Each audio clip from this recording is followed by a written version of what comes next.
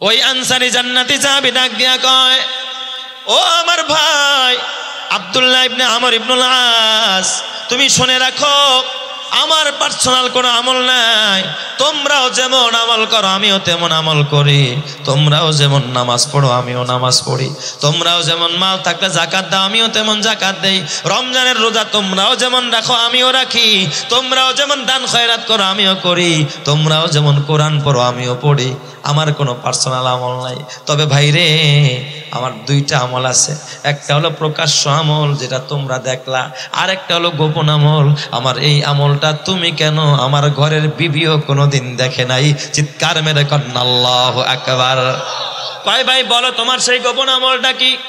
আমার গোপন আমল হলো সারাদিন সব কাজ কাম সেরে, সব যাবতীয় ঝামেলা সেরে, নামাজ পড়ে আমি যখন 33 বার সুবহানাল্লাহ, 33 বার আলহামদুলিল্লাহ, 34 বার আল্লাহু আকবার পরে যখন ঘুমের বিছনায় ঘুমাইতে যাই, আমি ঘুমের বিছনায় শোয়ার পর আমি ডান হাতের আমার মাথার নিচে দিয়া দুরূদ পইরা তারপরে চিন্তা করি যে আমার সারা দিনে আমি কাউরে কষ্ট দিলাম কিনা। আমি নিয়ত করি আগামীকাল তার কাছে গিয়া ক্ষমা চাইব।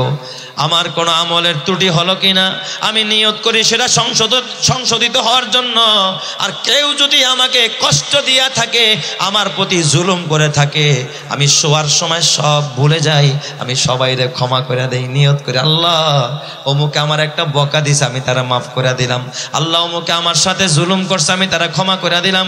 আমি আমার প্রতিবেশী ভাইটারা ক্ষমা করে দেই, যারা আমার প্রতি জুলুম করেছে তাদেরকেও ক্ষমা করে দেই, তাদেরকেও মাফ করে দেই। আমি সমস্ত মানুষকে ক্ষমা কইরা এরপর আমি মনস্থ করি আমি যদি কাউরে কষ্ট দেই আগামীকাল তার কাছে মাফ চামু।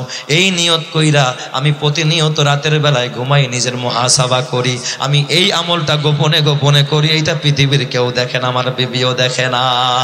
এই কথাটা হযরত আব্দুল্লাহ ইবনে আমর ইবনুল আস রাদিয়াল্লাহু তাআলা আনহু যখন শুনলেন, কয় জালিকা বিফাদলিল্লাহ, এটাই হলো আল্লাহর ফজল।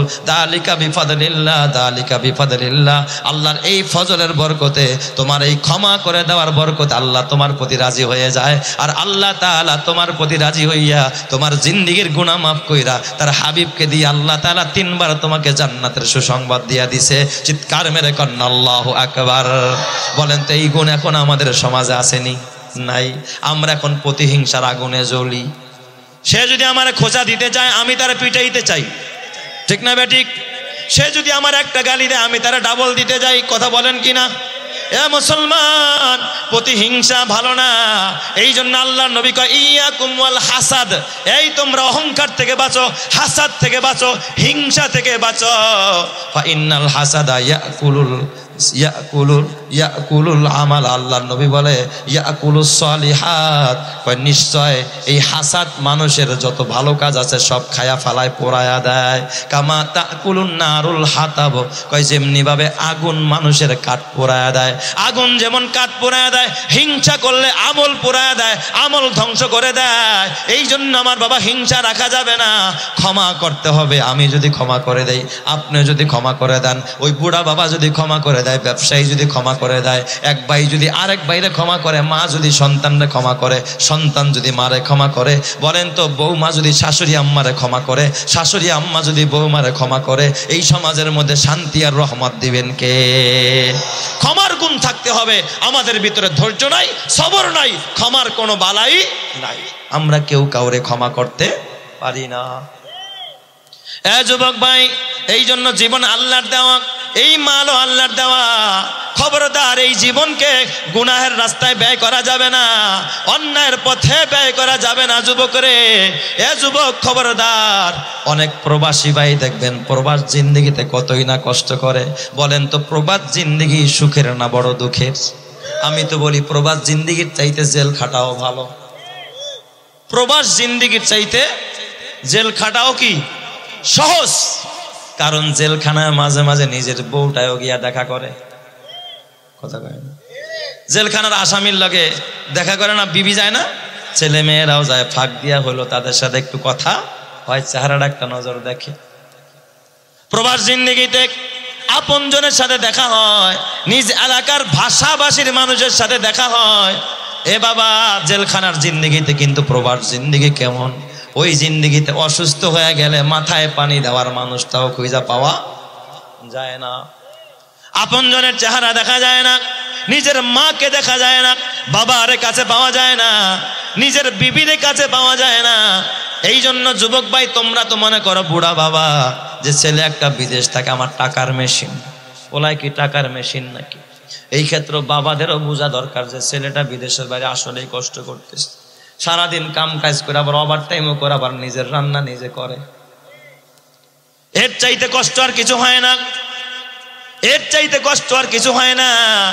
মাঝে মাঝে গত 6-7 বছর আগের ঘটনা আপনারা জানেন, এক প্রবাসী বাবা কাজ কাম করেছে, স্ট্রোক করে ঘরের মধ্যে মারা গেছে, খবর নাই।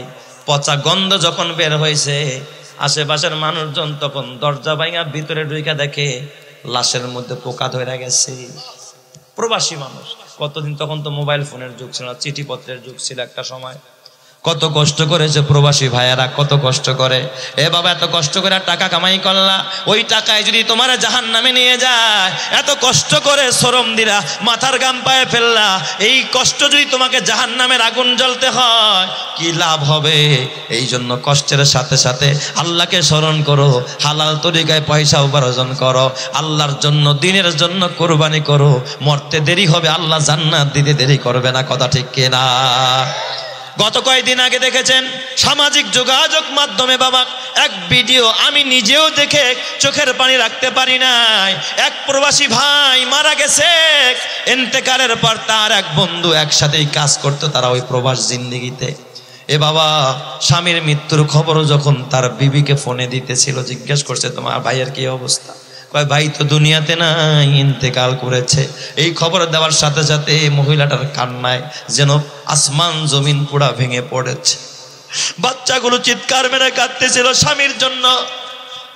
এ যুবক, এই জীবন তো তোর না, সুখের জন্য বিদেশ গিয়েছিলি, টাকা কামাই কইরা দেশে আইসা ঘর করবি, সুখের নির্বাণ দি, সুখের নির্বাণ দি, সুখের সংসার করবি। কিন্তু আল্লাহ তো জানে আজরাইলে তো আমি ওই দেশের মধ্যে পাঠায় দিস। কি পরিমাণ কান্নাটা বিবি করলো, সন্তানগুলো করলো। আহারে, এমন অসহায় পরিবার আছে লিবিয়া। বাবা ইটালি যাওয়ার পথে লিবিয়ায় মারা গেছে, বাবা বলে দিছে লাশ দেশে পাঠানো লাগবে না, কারণ লাশ আনতে হলে এমনিই তো বাবা ফকির হয়ে গেছে, আরো 2-3 লক্ষ টাকা লাগবে। এই টাকার ভয়ে কয় লাশ আনা লাগবে না। যুবক ভাই, এই জীবন তোর না, এই লাশের মায়া ছেড়ে দিয়েছে। এই জন্য কিয়ামতের ময়দান আল্লাহর নবী কয়, আল্লাহ তাআলা বলে ইয়াউমা ইয়াফিরুল মারউ মিন আখিহি ওয়া উম্মিহি ওয়া আবি ওয়া সাহিবাতিহি ওয়া বানি লিকুল্লি ইমরিইম মিনহুম ইয়াউমা ইযিন শাআনুন ইউগনি। আজকে যদি তুই মরে যাস, তোর দামি খাটে তোরে শোয়াবে না, বলবে নামায়া ফালাও, ফলরে নামায়া দিবে। বাবা তুই মরে গেছস, কসম দিয়া বলি, যদি বলা হয় খাটিয়ার উপরে একটা চাদর দেন লাশটা ঢাকার জন্য, সবচেয়ে দামি যে চাদরটা আছে 1-2,000-3,000 টাকা দামের, ওই চাদরটা জীবনও বিবি বের করবে না। একটা নর্মাল চাদর এইটা দিয়ে দিবে, কয় ঠিক আছে লাশ ঢাকার জন্য। যদি বলে গোসল দিতে একটা চাটাই লাগবে, বলেন তো সবচেয়ে নতুন চাটাইটা দিবে নাকি না? তাও দিবে না। দামি এক সেট টয়রে কাপড় পরায়াও তোরে কবরে রাখবে না। প্যান্ট শার্টের টাইরে এত ভালোবাসলি, দাড়ির বিরোধিতা করলি, ওই প্যান্ট শার্টের টাই পরা কিন্তু কোনো চেয়ারম্যান কবরে যাবে না, মেম্বার যাবে না, এমপি যাবে না, মন্ত্রী যাবে না। মন্ত্রী যেই সাদা কাপড় পরবে, আমারও সেই সাদা কাপড় পরাবে। নবীরা যেই সাদা কাপড় পরেছে, তোমাকেও সেই সাদা কাপড় পরবে। আজকে কেন সাদা পোশাক ভালো লাগে না? আজকে কেন টুপি ভালো লাগে না? আজকে কেন লম্বা কুর্তা ভালো লাগে না? পরবি তো পরবি, ময়রা তারপরে পরবি, সোজা হয়ে পরবি, লাভ হবে না, 2 পয়সার লাভ হবে না। এখন হায়াত থাকতে দাড়িটা রাইখা দে, হায়াত থাকতে লম্বা জামাটা গায়ে দে, কসম আল্লাহর, হায়াত থাকতে নামাজ শুরু কর, হায়াত থাকতে এই জীবনটা আল্লাহর জন্য দিয়ে দে, হায়াত থাকতে এই মালটা হালাল পথে খরচ কর, হালাল পথে উপার্জন কর। কসম আল্লাহর, মরতে দেরি হবে, আমার আল্লাহ তোরে জান্নাতের পথ দেখাইতে 1 সেকেন্ডও দেরি করবে না, কথা ঠিক কিনা? ইন্নাল্লাহা আশতারা মিনাল মুমিনিনা আনফুসাহুম ওয়া আমওয়ালাহুম বিআন্না লাহুমুল জান্নাহ। আমানতু বিল্লাহি সাদাকাল্লাহু মাওলানাল আযীম। وقال سيدنا رسول الله صلى الله عليه وسلم حلوة الدنيا مرة الآخرة ومرة الدنيا حلوة الآخرة وصدق رسوله النبي الكريم ونحن على ذلك لمن الشاهدين والشاكرين والحمد لله رب العالمين আমি একটা জিনিস এখানে এসে খুব স্বাচ্ছন্দ্য বোধ করছি এবং ভালো লেগেছে। আমার অনুভূতিটা একটু আপনাদের সামনে শেয়ার করি। এখানে 3টা কান্দির যুব সমাজের উদ্যোগে মাহফিলটা, ঠিক না? 3টা কান্দির নাম এখানে লেখা আছে। এই পরস্পরের মধ্যে মহব্বত আছে দেখাই 3 কান্দির এই যুব সমাজ এই আয়োজনটা আপনাদেরকে উপহার দিয়েছে। যদি পরস্পরের মধ্যে দ্বন্দ্ব বিবাদ থাকতো এটা সম্ভব হতো? আমি খুশি আলহামদুলিল্লাহ। আপনারা খুশি আছেন তো? হ্যাঁ। তবে এই যুব সমাজের নেতৃত্বে আছেন ওলামায়ে কেরাম, কারণ এরা তো এই পথে আগাইছে ওলামায়ে কেরামের পরামর্শ অনুযায়ী, ঠিক কিনা? মসজিদের ইমাম সাহেবদের পরামর্শ অনুযায়ী। আলেমদের দাম কম না বেশি? আচ্ছা, অনেক আলেমরা নিচে বসছেন, ভাই উপরে আসেন, আসেন আসেন। অনেকের নাম জানি না, আসেন। এই যে আলেমরা পিছনে বসছেন, আসেন উপরে আসেন। আলেম ওলামারা মঞ্চে আসেন, আসেন আসেন ভাই আসেন আসেন। অনেক আলেম ওলামারা যারা নিচে আসেন মঞ্চে আসেন, আসেন আসেন, সমস্যা নাই, ছোট হোক উপরে আসেন। আলেমদের দাম বেশি। কিয়ামতের ময়দানে আল্লাহ আলেমদেরকে নূরের মেম্বারে বসাবে। তাই বলে আপনারা আবার ভাইবেন না যে আমরা দাড়ি পাকা মুরব্বী, হুজুর আমাদেরকে ডাকলেন না, এদেরকে ডাকলেন। ভাই, আলেমদের পথ নাজাতের পথ। আসলে তো এই পথটা হলো নবীর স্থলাভিষিক্ত এরা, তাই না? নবী নাই, নবীর ওয়ারিস ওলামায়ে কেরাম। এদেরকে কদর করলে আপনারা আমার কদর বাড়ায় দিবেন কে? আল্লাহ। যেই যুগের, যেই এলাকার, যেই সমাজের মানুষ আলেম ওলামাকে বেশি ভালোবাসে, আমি কসম দিয়া বলতে পারি, যারা আলেমকে বেশি মহব্বত করবে আল্লাহ তাআলা তাদের ঘরে আলেম পয়দা করবে। যারা আলেম ওলামাকে বেশি মহব্বত করবে, ভালোবাসবে, তারা মরে গেলে আলেম ওলামারা তাদের জন্য বেশি দোয়া করবে। আমি কসম দিয়া বললো হালেফ হব না। আমি ছোটবেলায় আমার বাবাকে দেখছি।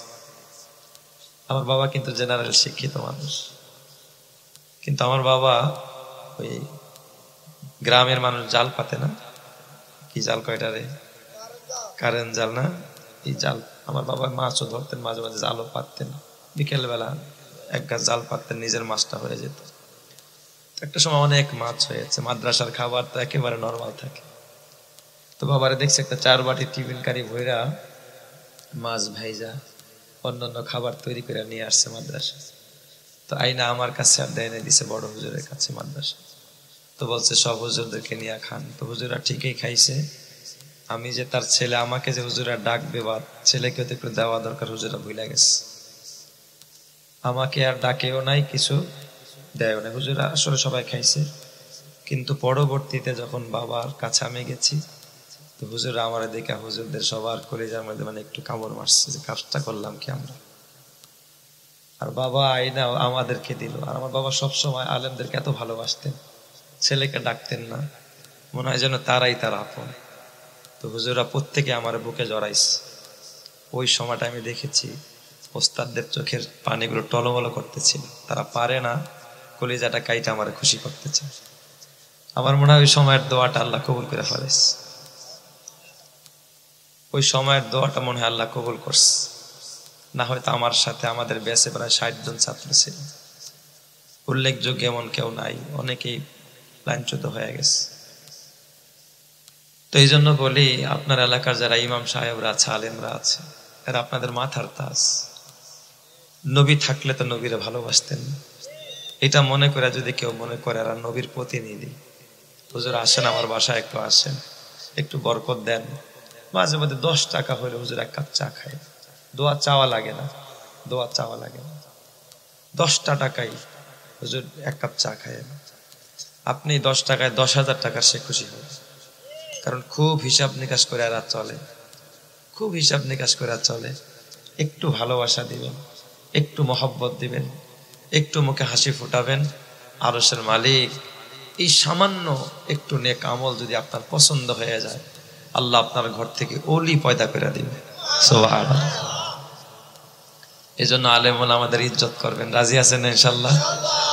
ভাই জীবন তো একসময় শেষ হয়েই যাবে। আপনার আগে আমার আগে এই সমাজে, এই বন্দরখোলায় কত মানুষ বসবাস করত, একই সমাজে চলতো, একই বাজারে বাজার করত, একই রাস্তা ব্যবহার করে তারা হাঁটাহাঁটি করত। আজকে আমরা ইট পাথরের ঘরে থাইকা দিলগুলো ইট পাথরের মতো শক্ত বানায় ফেলছি। আমাদের চোখে এখন পানি আসতে চায়, আমাদের দিল এখন নরম হয় না। আমি দেখেছি আমার বাবাকে, যতবার আমার বাবা ওয়াজে যেতেন আমাকে সাথে নিয়ে যেতেন। আমি ক্লাস 5 পর্যন্ত জেনারেল শিক্ষায়, জেনারেল প্রতিষ্ঠানে 5 পর্যন্ত প্রাইমারি স্কুলে পড়েছি। ওই সময় আমার আব্বা আমাকে কোলে নিয়ে বয়ান শুনতেন। একবার দেখছি চরমনার মরহুম পীর সাহেব হুজুরের বয়ান শুনতেছে, আমার মাথা ভিজে আমার ঠান্ডা লাগাই দিয়েছে, আমার কাঁদতে কাঁদতে। আমার আব্বা বলছেন যে আমি সবসময় বয়ান শুনতাম আর বলতাম, আল্লাহ এমন একটা ছেলে যদি আমার ঘরে দিত। এই চোখের পানি আর এই অন্তরের দরদ হয়তো আল্লাহ কবুল করছে। তো আপনাদেরকেও বলি, ভাই আলেমদেরকে কদর করেন, কোরআনের ইজ্জত করেন, আল্লাহর মোহাব্বত দিলে জায়গা দেন। মালিক তো দরদ দেখে, টাকা পয়সা দেখেন, আপনার কোন পজিশন দেখেন। আপনার একটু দরদ, দিলের দরদের একটু ডাক, আপনার একটু চোখের পানি, এটা মালিক খুব পছন্দ করে। জন্য নবীজি বলছে হাদিস, আইনানে লা তামাসসুহুমান নার, 2 চোখের জন্য জাহান্নামের আগুন হারাম। এই 2টা চোখওয়ালাকে আল্লাহ কখনো জাহান্নামের আগুনে পোড়াবে না।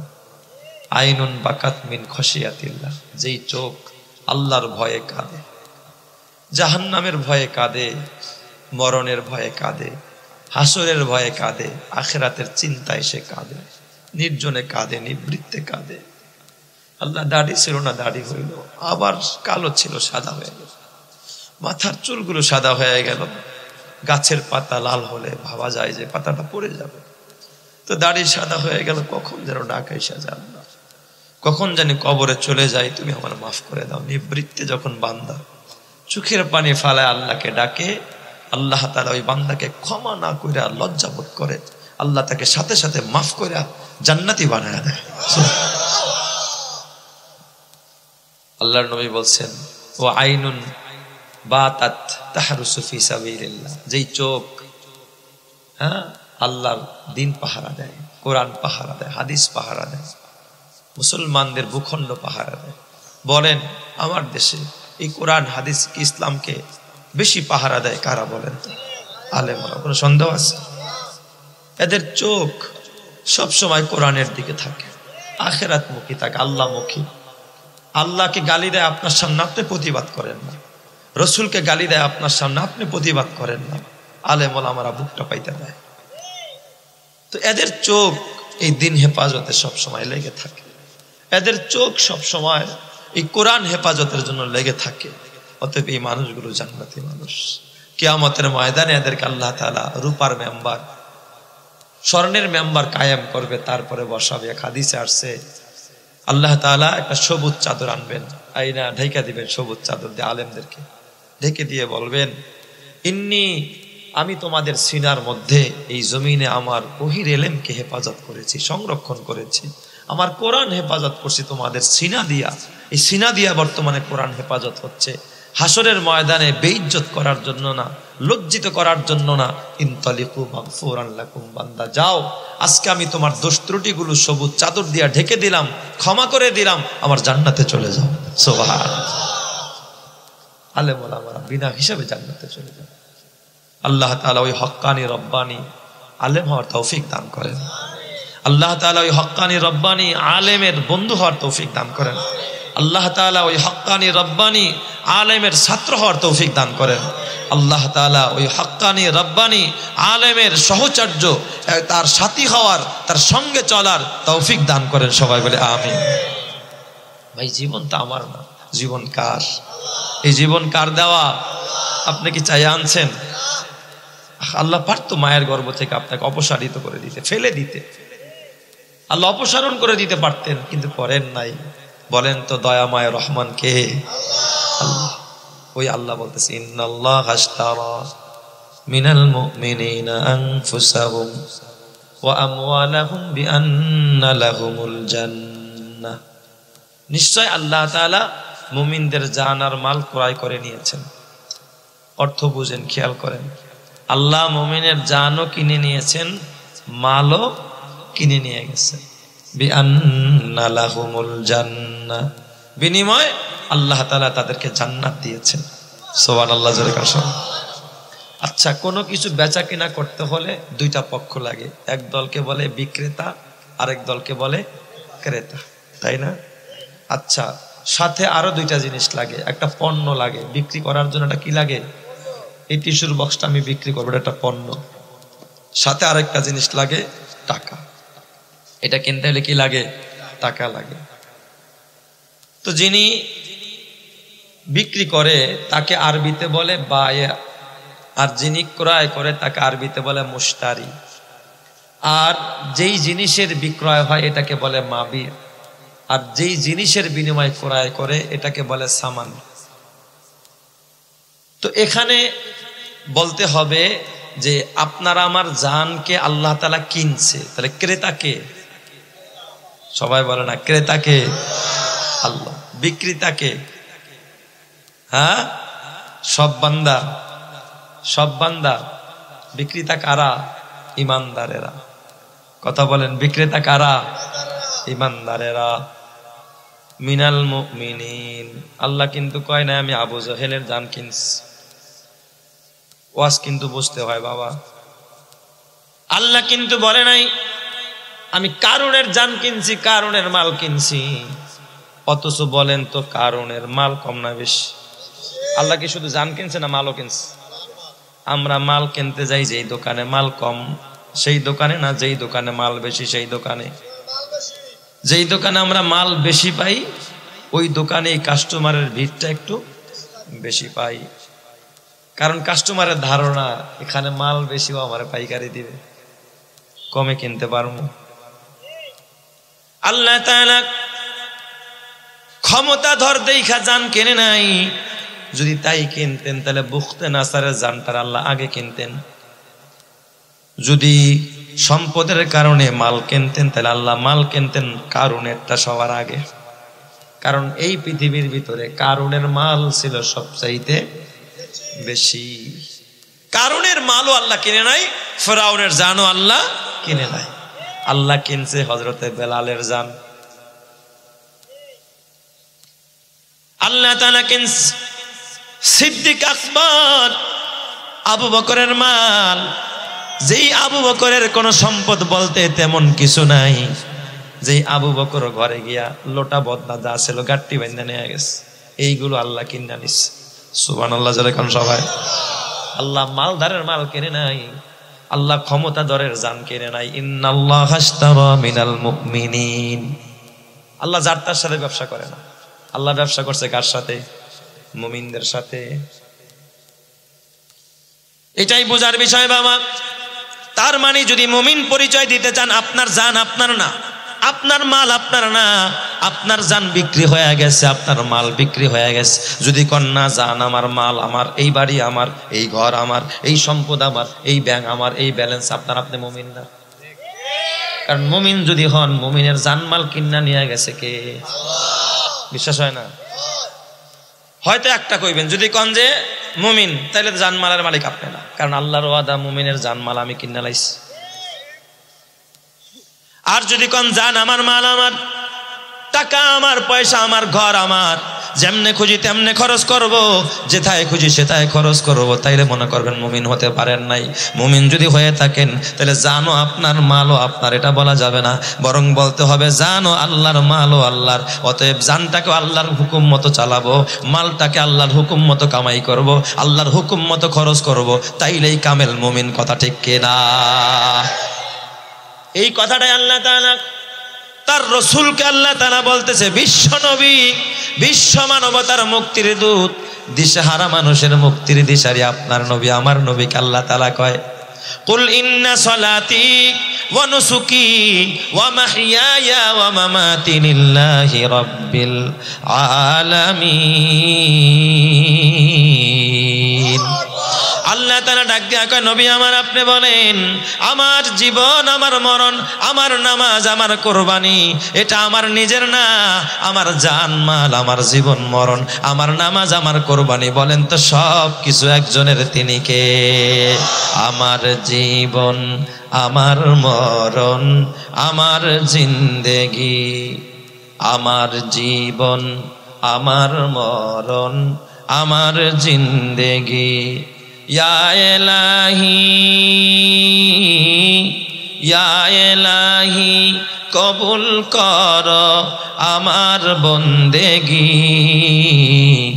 আমার জীবন আমার মরণ আমার জিন্দেগি, আমার জীবন আমার মরণ আমার জিন্দেগি। ইয়া ইলাহি কবুল কর আমার বন্দেগি, আমার জীবন আমার মরণ আমার জিন্দেগি। আল্লাহ তুমি কবুল করো, জোরে কান আমিন। এখানে একটা প্রশ্ন হয়, কিন্তু আমি আপনাদের কাছে জানতে চাই, আমি যদি একটা কিছু বানাই সেই জিনিসকে আমার কিনা লাগবে নি? কথা কয় না? আমার জিনিসকে আমার কিনা লাগবে? হ্যাঁ, এটাই বোঝার বিষয়। একটা উদাহরণ দিছে তাফসীরের কিতাবের মধ্যে, এক বাবার 3 সন্তান। এক বাবার কয় পোলা? 3 পোলা। তো বাবা চিন্তা করলো এই সম্পদ এখনো ওরা খাইতেছে, মইরা গেল ওরাই খাবে, যা আগেই ভাগ বাটোয়ারা করে দিয়ে দিই। বাবায় 3 পোলারে সমান ভাবে সম্পদটা কি করে দিছে? ভাগ করে দিছে। বড়ডারও যতটুকু দিছে, মাঝাডারে ততটুকু, ছোটডারেও ততটুকু। কিন্তু ছোটডা হইলো বাদাইরা। আপনাদের গ্রাম্য ভাষায় পোলারে কি কয়? বাদাইম্মা না? আছে না 2-4টা? কাম করে না, জুয়া খেলে, বিড়ি সিগারেট খায়, মদ গাঁজা খায়, এরকম 2-4টা আছে না? আছে। তো ওই বাদাইরা যেটা আছে ও করছে কি, একেবারে বাবার সম্পদ পাইয়া এখন একবার মোছে তাও দিয়া জুয়া খেলে, তারপর মদ গাঁজা বিড়ি সিগারেট খায়, ঘরের কোনো খবর নাই, ওই সম্পদ আলাইছে বিক্রি করে। সম্পদ কি করছে? বিক্রি করছে। সব বেচ্চা কি শেষ, একবার বেচ্চা কিনা খায়া শেষ। এখন এই পোলার ঘরে চুলা জ্বলে, বাবা বাইচে আছে, বাবার চোখের সামনে দেখতে চায়, সুবহানাল্লাহ আমার পোলার এই অবস্থা, কঠিন অবস্থা। এখন বাবায় কি করব?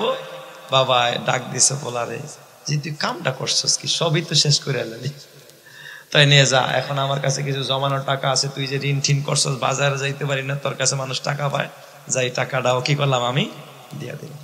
বাবাই টাকাটাও পরিশোধ করে দিস। এরপরে বাবায় পরিশোধ করার পরেও যার যে এর স্বভাব আর অভ্যাস, এটা কখনো কি হয় না? পরিবর্তন হয় না, ফিরে না। ও আবারও ঋণ ঠিন করছে।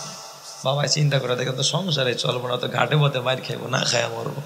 বাবার ছিল একটা গাভী, পালের গাভী, দুধ বিক্রি করতো। কয় যা বাজান, এই গাভীটা তরে দিলাম, তবে শর্ত আছে একটাই, গাভী আর জীবনে বিক্রি করতে পারবি না। একান্ত যদি কখনো বিক্রি করতেই হয় তাহলে আমার কাছেই বিক্রি। সুবহানাল্লাহ কইবেন না সবাই? ওলারে দিছে গাভী, ও করছে কি দুধ বিক্রি করে, দুধ তো খাইছে, টাকা পয়সা তো খাইছে, এখন এমন ঋণ বাজাইছে গাভী বিক্রি করা ছাড়া কোনো পথ নাই। গাভী নিয়ে হাটে গেছে। এক লোকে কয় কাকা আমাদের পোলায় তো গাভী বেচতে গেছে। বাবাই বাজারে গিয়ে কয় তোরে দোহাই দিই, তুই গাভী বেচিস না। যদি বেচতেই চাস একান্ত কয় বাবা গাভী আমার, গাভী আমি বেচবো, তোমার জিগানোর কি দরকার? বাবার লগে পোল্ট্রি নিছে, আমার গাভী আমি বেচবো, আমার সম্পদ আমি বেচবো, আমি সিনেমার হল দিন, টিভি কিনবো না, কি করবে তোমার জিগামনি। এবার পোল্ট্রি লইছে আল্লাহর সাথে, আছে না নাই? না প্রমাণ জোরে কোন আছে না নাই? আছে। এখন গাভী বিক্রি, বাবা কয় যদি বেচতেই চাস তো ঠিক আছে, আমার কাছে বেচ। বলেন তো গাভীটার মালিক কে প্রকৃত? বাবা।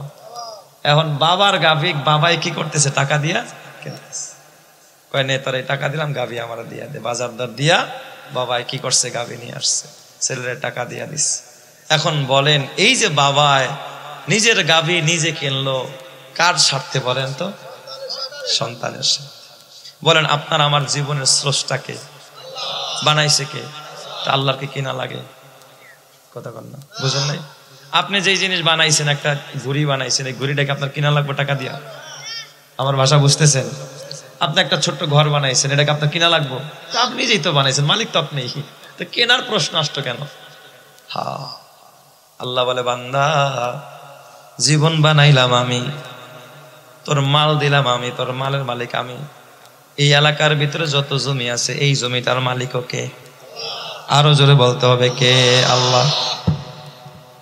আল্লাহ তাআলা বলে বান্দা জীবন দিলাম আমি, মাল দিলাম আমি, এটা ভোগ করার জন্য আবার আমি তোকে এই সুযোগ দিলাম। তবে শুধুমাত্র ভোগ করবি বান্দা, আমার হুকুম ছাড়া এই মাল খরচ করবি না, আমার হুকুম ছাড়া এই জীবনটাকে আপথে কুপথে গুনার কাজে কাটাবি না। এ বান্দা কখনো নাফরমানি করবি না, কখনো বান্দা নামাজ ছাড়বি না, কখনো সুদ খাবি না, ঘুষ খাবি না। এই জীবনটা আমার হুকুম মতো পরিচালনা করবি। আমি আল্লাহ তোরে বিনিময় আমার বানানো জান আমি কিনলাম, আমার বানানো জান্নাত আমি তোরে বদলা হিসেবে দিয়ে দিলাম। চিৎকার মেরে কন্না আল্লাহু আকবার। বলেন তো কেউ যদি তার জান আর মাল আল্লাহর রাস্তায় খরচ করে, ওই মানুষটাকে জান্নাত দিবেন যিনি, তিনি কে? এখন যদি আপনি বলেন না জান আমার মাল আমার, এই জান আমার মাল আমার, আমি যখন খুশি যেভাবে খুশি ওইভাবে এই জীবনকে চালাবো, মাল আমার যা খুশি তাই করব। দেখবেন কেউ মাল ব্যয় করে গুনার কাজে আসে না নাই? এই জন্য বাবা কিছু কিছু দানকারী দান করেও জাহান্নামে যাবে, কিছু কিছু দানকারী দান করেও কই যাবে? জাহান্নামে যাবে। বুখারী শরীফের হাদিসের মধ্যে আল্লাহর নবী বলে ইন্না রিজালান ইয়াতাখাওয়াদুনা ফি মালিল্লাহ বিগাইরি হাক্কিন ফালাহুমুন নারু ইয়াউমাল কিয়ামা। আল্লাহর নবী বলেন কিছু মানুষ এমন আছে যারা আপথে কুপথে আল্লাহর রাস্তা ছাড়া গায়রুল্লাহর রাস্তায় মাল খরচ করে। আল্লাহর নবী বলে এই খরচকারীরা, এই দানকারীরা খোদার জাহান্নামের আগুনে জ্বলবে। কথা ঠিক কিনা? আল্লাহর রাস্তা ছাড়া গায়রুল্লাহর পথে যারা মাল খরচ করবে, এই খরচকারী জান্নাতি না জাহান্নামী? এই রকমের খরচকারী সমাজ আছে না নাই? 3 গ্রাম মিলনা মাহফিল নেয়, মাহফিলে চাঁদা দেয় না, টাকা দেয় না, আবার মাঝে মাঝে হটকারিতা দেখায়, কয় তোরা ব্যবসা জুড়া লইছিস, কয় তোরা একটা ব্যবসা জুড়ছিস, আছে না নাই? অথচ যদি ভার্সিটির ছেলেরা, কলেজের ছেলেরা, নেতারা আমরা একটা কনসার্ট দিব, একটা গান দিব, এই ভাই তুমি টাকা দাও, কয় ভাই সমস্যা নাই, টাকা যত লাগে দিব, মমতাজরে আনেন, লাগে 50,000 দিব। ঠিক না ভাই? ঠিক। মমতাজরে আনেন, কত দিব? 50,000। এই যে আউল বাউল ফাউলাইনা, আপনার শিবচরের জমিনে আপনারাও দেখেছেন অনেকেই মমতাজের কোমর দুলানির জন্য লক্ষ লক্ষ টাকা খরচ করছে। দেখছেন কি দেখেন নাই? কসম আল্লাহর, এটাও দান করছে, এটাও খরচ করছে। কিন্তু বলেন তো এটা অন্যায় পথে খরচ করেছে, আল্লাহর রাস্তা না গায়রুল্লাহর রাস্তা? এটা নাফরমানের রাস্তা। বলেন তো এই খরচকারী জান্নাতি না জাহান্নামী? কয় জান্নাতি কারা? আল্লাহর নবী বলেন আল ইনফাকু ফি তারবিয়াতিল ইয়াতামা, যারা এতিম মিসকিনকে লালন পালন করার জন্য মাল খরচ করে, এটা হলো আল্লাহর রাস্তা। গরিব অসহায়কে লালন পালনের জন্য মাল খরচ করে। আল্লাহর নবী বলেন ওয়াল ইনফাকু ফি তামিরিল মাসাজিদ, যারা মসজিদ বানানোর জন্য দান করে, আল্লাহর রাস্তায় খরচ করে, মসজিদ বানায় দিছে, এ বাবা এতিমদের জন্য এতিমখানা বানায় দিছে, লিল্লা বোর্ডিং বানায় দিছে। আল্লাহর নবী বলেন আল ইনফাকু ফি হাফরিল বিইর, রাস্তার মধ্যে, রাস্তার পাশে কুয়া খনন করে দিছে। আরবের মানুষ কুয়ার পানি খাইতো, এই জন্য কুয়ার কথা বলা হয়েছে। একটা কল গায়রা দিছে, একটা কল লাগায় দিছে পানি খাওয়ার জন্য, পথিক যেন পানি পান করতে পারে। কসম আল্লাহর, এই পানির ব্যবস্থা যে করলো, পথিকের জন্য পানির ব্যবস্থা করলো, একটু ছায়ার ব্যবস্থা করলো, যাত্রী ছাউনি করে দিল, ওই মানুষটা কিয়ামতের ময়দানে আমার নবীর সাথে জান্নাতে যাবে। জোরে কোন সুবহানাল্লাহ। তাহলে এই সমস্ত দানকারী কোথায় যাবে? জান্নাতে যাবে। আল্লাহর নবী বলেন 4 নম্বর ওয়াল ইনফাকু আলা আহলিহি, পরিবারের উপরে যারা খরচ করে এরাও জান্নাতি। সুবহানাল্লাহ বলেন সবাই। পরিবারে যদি কেউ খরচ করে এরাও কই যাবে? কিন্তু এটা আমরা ভুল বুঝি অনেক সময়। অনেকে মনে করে শুধু মসজিদে দিলে, মাদ্রাসায় দিলে জান্নাতে যাওয়া যাবে, এছাড়া জান্নাতে যাওয়ার রাস্তা নেই। আমি বলি নিজে খাবেন প্লাস পরিবারের সবাইকে খাওয়াবেন, তাইলে এই পরিবারের সবাই যদি আপনার প্রতি খুশি থাকে, রাজি থাকে, আপনাকে জান্নাত দিবেন যিনি তিনি কে? আমাদের দেশের অনেক ভাই আছে দেখবেন বাজারে গেলে কখনো ভালো বাজার করে না, বখিল টাইপের লোক আছে না? আচ্ছা, ওই যে নরমাল মাছ, পাঙ্গাস মাছ বা পুঁটি মাছ এছাড়া তার চোখেই পড়ে। অথচ বাসার মধ্যে ছোট ছোট বাচ্চারা আছে না, ছোট ছোট ছেলে মেয়েরা আছে, আপনার এই মৌলার পুঁটি মাছ দেখলেও খ্যান খেনায় মার কাছে কি গুনগুন আজকে ভাত খাবো না। তার মানে পুঁটি মাছ আপনার কাছে মজা লাগে, আপনার যুবক মানুষ, বাচ্চার কাছে কি মজা লাগে?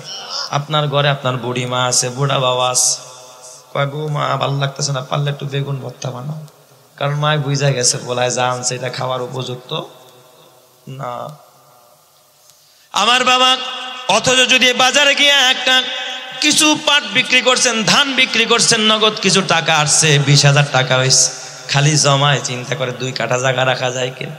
এই চিন্তা না কইরা যদি চিন্তা করতেন আজকে একটা 1,000 টাকা দিয়ে একটা মাছ নেই, আইড় মাছ নিয়ে আসে, আইড় মাছটা বাসার মধ্যে আনছেন, আপনার ছোট বাচ্চাটা যখন বড় মাছ দেখছে বাবাই ঝুলাই আনতেছে, দৌড়ে একবার দাদুর গলা ধরে আরেকবার দাদার কাছে যায়, দাদা কিরে দৌড় আজকে, দাদা ভাই দেখা যাও বাবাই বড় একটা সাপ আনছে, কথা কয় না কেন? দাদা ভাই দেখা যাও বাবা কি আনছে, বড় একটা সাপ আনছে। দাদুর কাছে দৌড়ায়, দাদু কয় কিরে দাদা ভাই দৌড়াও কেন? কয় দাদু দেখা যাও বাবা কি আনছে, এত বড় একটা মাছ আনছে বাবাই। বলা একবার ঘাটায় যায় দৌড়ায়, ওর গলা ধরে ওর আনন্দের মধ্যে দোলা খায়। বুড়িমা মনে মনে গোসল করে আর কাহারে এতদিন খাইতে পারি নাই, বাবা আজকে একটা সুন্দর মাছ আনছে, মনে হয় আজকে পেটটা ভরে 2টা ভাত খাইতে পারবো।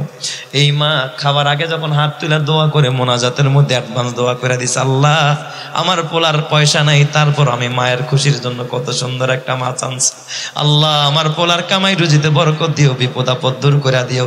ওই মা যখন দোয়া করে দেয় হাত তুইলা, আরশের মালিক তুই 1000 খরচ করলে আরশের মালিক তোর জন্য লক্ষ লক্ষ টাকার বরাদ্দ দিয়া দিবে, কথা ঠিক কিনা? আর খালি বান্ডিল আনছ বিবিরে কাজ গন্যা রাইস লেখা রেখ কোটাই দিতে কত হইছে, 10 লাখ হইলেই 1 বিঘা জমি। আল্লাহর কোরআনের ওয়াদা, আল্লাযী জামা মালান ওয়া আদ্দাদা, যারা খালি মাল জমায় আর গনে, এদের জন্য ওয়াইলুল লিকুল্লি হুমাজাতিল লুমাজা আল্লাযী জামা মালান ওয়া আদ্দাদা। এখানে কোনো কালেকশন আমি করব না, কালেকশনের ওয়াজ না, বুঝার কথা বাবা। জান আপনার না, মাল আপনার না, তাহলে মাল কোথায় খরচ করবেন এই জিনিসটা জানা দরকার আছে না নাই? কয় হুজুর আমরা তো কম করি না, ঘরে টিভি কিনছি, কি কোন টিভি কিনছেন, এটা তো আল্লাহর রাস্তায়, কথা কয় না। টিভি কেনেন নাই এমন কারা কারা আছেন একটু হাত দেখান। মাশাআল্লাহ, এই এলাকার মানুষ দিয়ে সব আল্লাহর ওলি, আল্লাহ তুমি কবুল করো, জোরে কোন আমিন। আচ্ছা, ডিশের লাইন ঘরে ঢুকাইছেন, বলেন এই যে মাসে যে ডিশের বিল দেন এটা কার রাস্তা বলেন? ডিশের লাইনের মধ্যে আপনি ভারতীয় চ্যানেল দেখেন, কার রাস্তা? শয়তানের রাস্তা। বিল মাপ আছে? মাসে বিল মাপ আছে? কোনো বিল মাপ নাই। অথচ ইমাম সাহেবের কাছে বাচ্চাটা পড়ে, মাসিক বেতন 50 টাকা 100 টাকা। ইমাম সাহেব যদি কয় তোমার আব্বুরে কইবা টাকা দিতে, তো ঘরে গেলে কি কয়, কিরে হুজুর কি গলাও হয়ে গেছেন, আমরা কি ঘর বাড়ি ছাইরা গেছি গা নাকি, খালি টাহা চায় মাস শেষ না হইতে না হইতে, এই কথা কয়। অথচ মাইয়া একটা বেপরদায় কলেজে পড়ে, আর মাসিক বেতন 5000।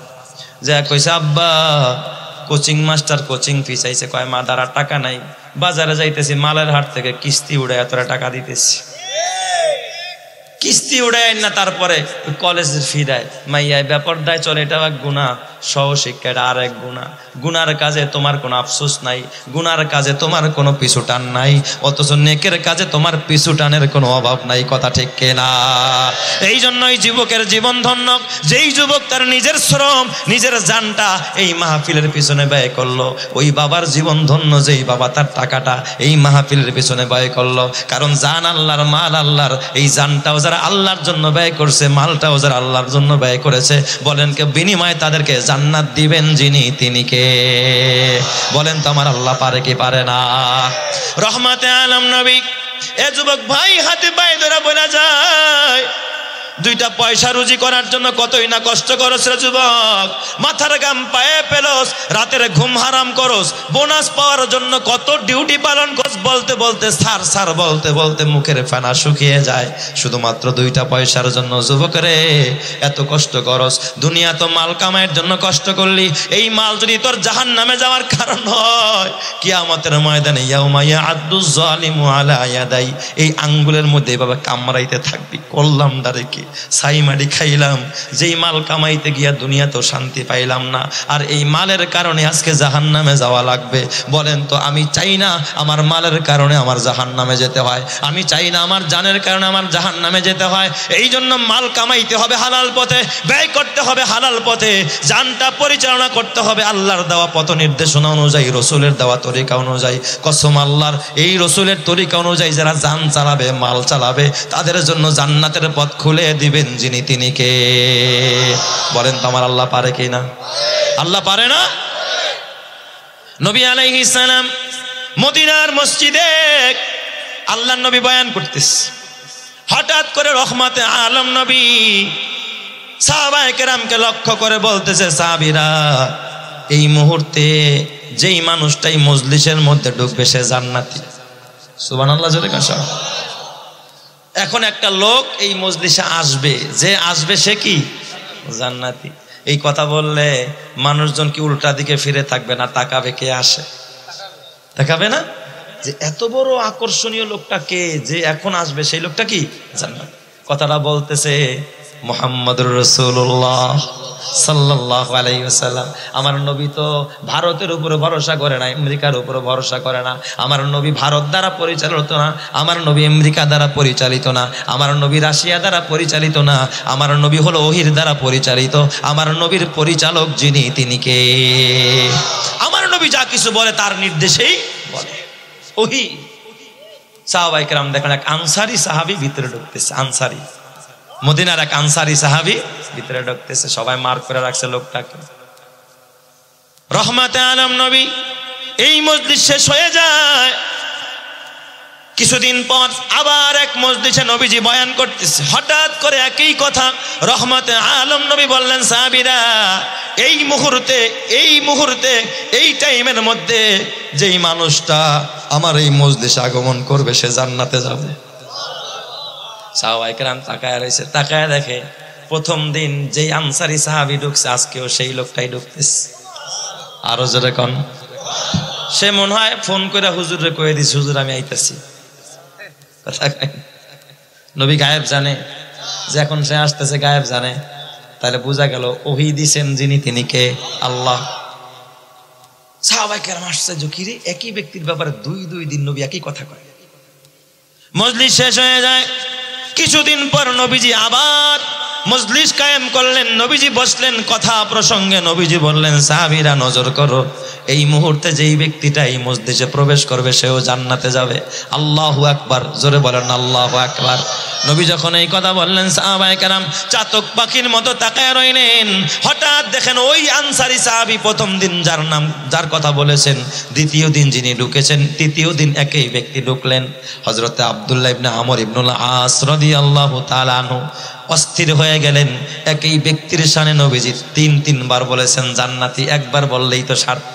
একই ব্যক্তির শানে রহমতে আলম নবী এক কথা তিনবার বলেছেন, তার মানে তার ব্যাপারে নবীর গুরুত্ব কম না বেশি? আব্দুল্লাহ ইবনে আমর ইবনুল আস রাদিয়াল্লাহু তাআলা আনহু মজলিস শেষে ওই আনসারী সাহাবীর বাড়িতে গেলেন। বাড়িতে যাইয়া, সে তো জানে না তার ব্যাপারে নবীজি এই কথা বলেছেন, সে তো শুনে নাই। শুনছে যারা উপস্থিত ছিলেন তারা, ও তার ঘটনা জানে না। হযরতে ওই আনসারী সাহাবীর বাড়িতে যাওয়ার পরে আল্লাহর নবীর সাহাবী আব্দুল্লাহ ইবনে আমর ইবনুল আস বললেন, ভাই রে, একটা কিছু বইলা তো তার বাসায় মেহমান হইতে হবে, কারণ সে কি আমল করে এটাই হলো যাচাই করা, এটাই তথ্য গ্রহণ করাই ছিল তার মূল টার্গেট। সুবহানাল্লাহ। কি কারণে সে জান্নাতি হলো এটা আমাদের কি করতে হবে? বের করতে হবে। কয় ভাই শোনেন, আমার বাবার সাথে ইদানিং আমার একটু মনোমালিন্য হয়েছে। তাওরিয়া কইরা বলছে কথাটা, আমি আমার বাবারে খুশি করতে পারি নাই। কি বলেন? বাবারে কি খুশি করা সহজ? সহজ, কিন্তু আমরা খুশি করতে পারি না। বাবারে খুশি করতে পারি নাই, বাবার সাথে একটু দূরত্ব পয়দা হয়েছে আমার। কথাটাও সত্যই বলছে, কারণ সে এক জায়গায়, তার বাবা আরেক জায়গায়। এই জন্য আমি আপনার বাড়িতে 3 দিন মেহমান হতে চাই। সাহাবায়ে কেরামের যুগে, রসুলের যুগে মানুষ মানুষকে কি করাইতো? মেহমানদারি করাইতো। কম করে হইলো কয়দিন? 3 দিন। 3 দিন মেহমান হলেন। রাতের বেলায় ঘুমায় না, শুইতে দিলেও খালি কান পাইতে চোখ পাইতে দিয়া দেখে যে এই আনসারী সাহাবী কি আমল করে। নবীজি এত বড় কথা 3 বার তারা জান্নাতি বললেন, নিশ্চয় তার কোনো ভিআইপি কোনো আমল আছে। আহা, তথ্য নিতেছে। আর আমরা তথ্য খুঁজি যে ওর ব্যবসা এত লাভ কেরে, ওর দোকানে এত বেচা কিনা কেরে, ওর দোকানে এত ভিড় কেরে, খবর নেই। ঠিক না ব্যাটিক যারা কন? ও দেখি খালি রাতারাতি বাড়ি করতেছে, কারণটা কি? ও কি মাটিতে স্বর্ণের খনি পাইল নাকি? খবর নেই, এই খবর নাই। কিন্তু চিন্তা করে না ওই লোকটা কেন জান্নাতি হয়ে যাচ্ছে, সে কেন 5 ওয়াক্ত নামাজ পড়ে, ও কেন বেশি বেশি দান করে, ও কেন কাঁদে, ও কেন দাড়ি রাখে, ও কেন টুপি মাথায় দেয়। ওর পিছে যা খবর নেই, আমিও টুপি মাথায় দিব, আমিও দাড়ি রাখবো। আর ছেলেরা যুব সমাজের এই মাহফিল বাস্তবায়ন করলো, অথচ আমার পোলায় খালি জুয়া নিয়ে দৌড়ায়, আমার পোলায় খালি গান বাজনা দেখে। এই সমাজে কেন নাই? আমার পোলার কি সমস্যা হইলে এই খবরটা নেই। কসম আল্লাহর, যেই মানুষটা হেদায়েত পাওয়ার জন্য, আল্লাহর রাস্তার জন্য মুজাহাদা করতে থাকে, চলতে থাকে, আল্লাহর কোরআন বলে ওয়াল্লাযীনা জাহাদু ফিনা লানাহদিয়ান্নাহুম সুবুলানা ওয়া ইন্নাল্লাহা লামাআল মুহসিনিন। যারা আল্লাহর রাস্তায় পথ পাওয়ার জন্য, হেদায়েত পাওয়ার জন্য মুজাহাদা করে, চেষ্টা করে, আমার আল্লাহ তারে 1টার 2টা নয়, তারে অসংখ্য অগণিত রাস্তা আল্লাহ তাআলা তার জন্য খুলে দেয়। চিৎকার মেরে কন্না আল্লাহু আকবার। আল্লাহকে পাইতে চাইলে রাস্তা সহজ করে দেয় কে? আল্লাহ। তো এই ব্যক্তির টার্গেট তার ব্যবসায়ী পলিসি দেখা না, সে জান্নাতি কেমনে হলো এই পলিসি দেখা। সুবহানাল্লাহ জোরে কান সবাই।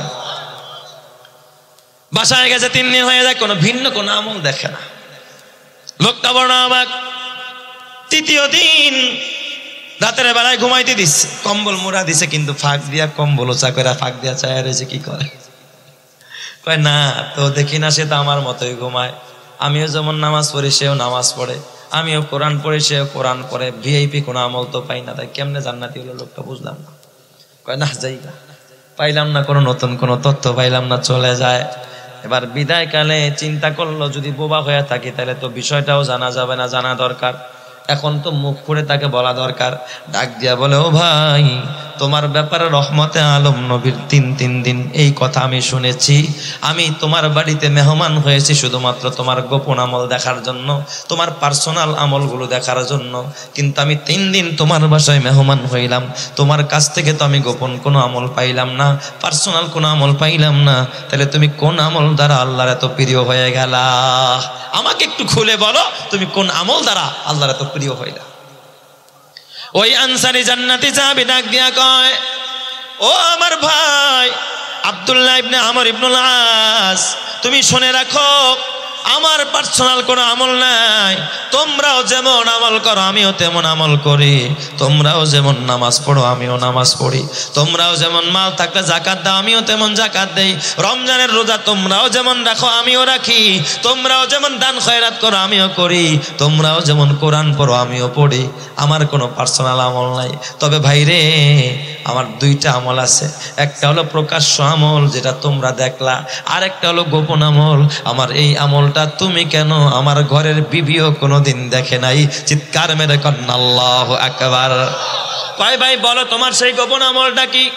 আমার গোপন আমল হলো সারাদিন সব কাজ কাম সেরে, সব যাবতীয় ঝামেলা সেরে, নামাজ পড়ে আমি যখন 33 বার সুবহানাল্লাহ, 33 বার আলহামদুলিল্লাহ, 34 বার আল্লাহু আকবার পরে যখন ঘুমের বিছনায় ঘুমাইতে যাই, আমি ঘুমের বিছনায় শোয়ার পর আমি ডান হাতের আমার মাথার নিচে দিয়া দুরূদ পইরা তারপরে চিন্তা করি যে আমার সারা দিনে আমি কাউরে কষ্ট দিলাম কিনা। আমি নিয়ত করি আগামীকাল তার কাছে গিয়া ক্ষমা চাইব।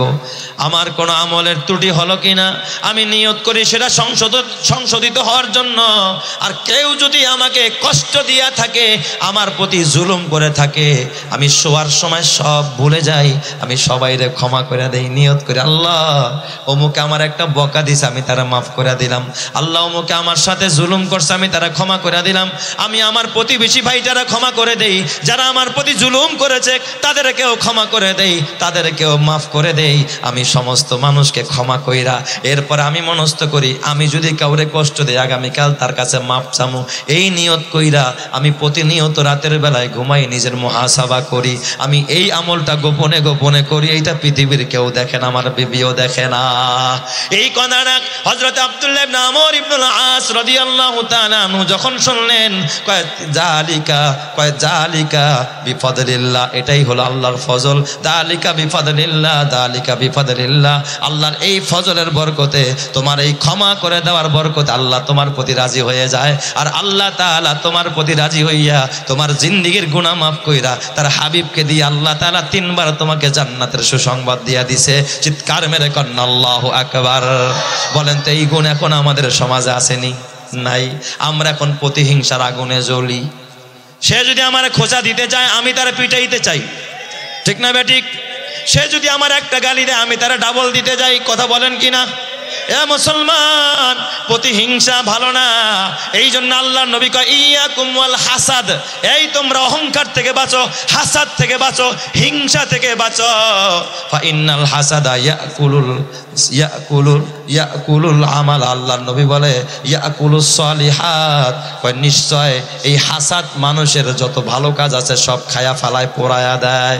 কামা তাকুলুন নারুল হাতাব, কয় যেমনি ভাবে আগুন মানুষের কাঠ পোড়ায়া দেয়, আগুন যেমন কাঠ পোড়ায়া দেয়, হিংসা করলে আমল পোড়ায়া দেয়, আমল ধ্বংস করে দেয়। এই জন্য আমার বাবা হিংসা রাখা যাবে না, ক্ষমা করতে হবে। আমি যদি ক্ষমা করে দেই, আপনি যদি ক্ষমা করে দেন, ওই বুড়া বাবা যদি ক্ষমা করে দেয়, ব্যবসায়ী যদি ক্ষমা করে দেয়, এক ভাই যদি আরেক ভাইরে ক্ষমা করে, মা যদি সন্তানরে ক্ষমা করে, সন্তান যদি মারে ক্ষমা করে, বলেন তো বৌমা যদি শাশুড়ি আম্মারে ক্ষমা করে, শাশুড়ি আম্মা যদি বৌমারে ক্ষমা করে, এই সমাজের মধ্যে শান্তি আর রহমত দিবেন কে?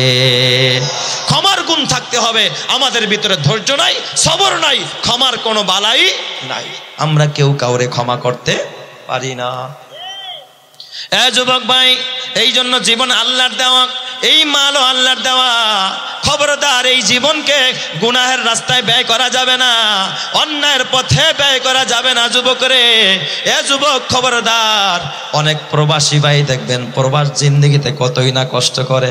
বলেন তো প্রবাস জিন্দেগি সুখের না বড় দুঃখের? আমি তো বলি প্রবাস জিন্দেগির চাইতে জেল খাটাও ভালো। প্রবাস জিন্দেগির চাইতে জেল খাটাও কি সহজ?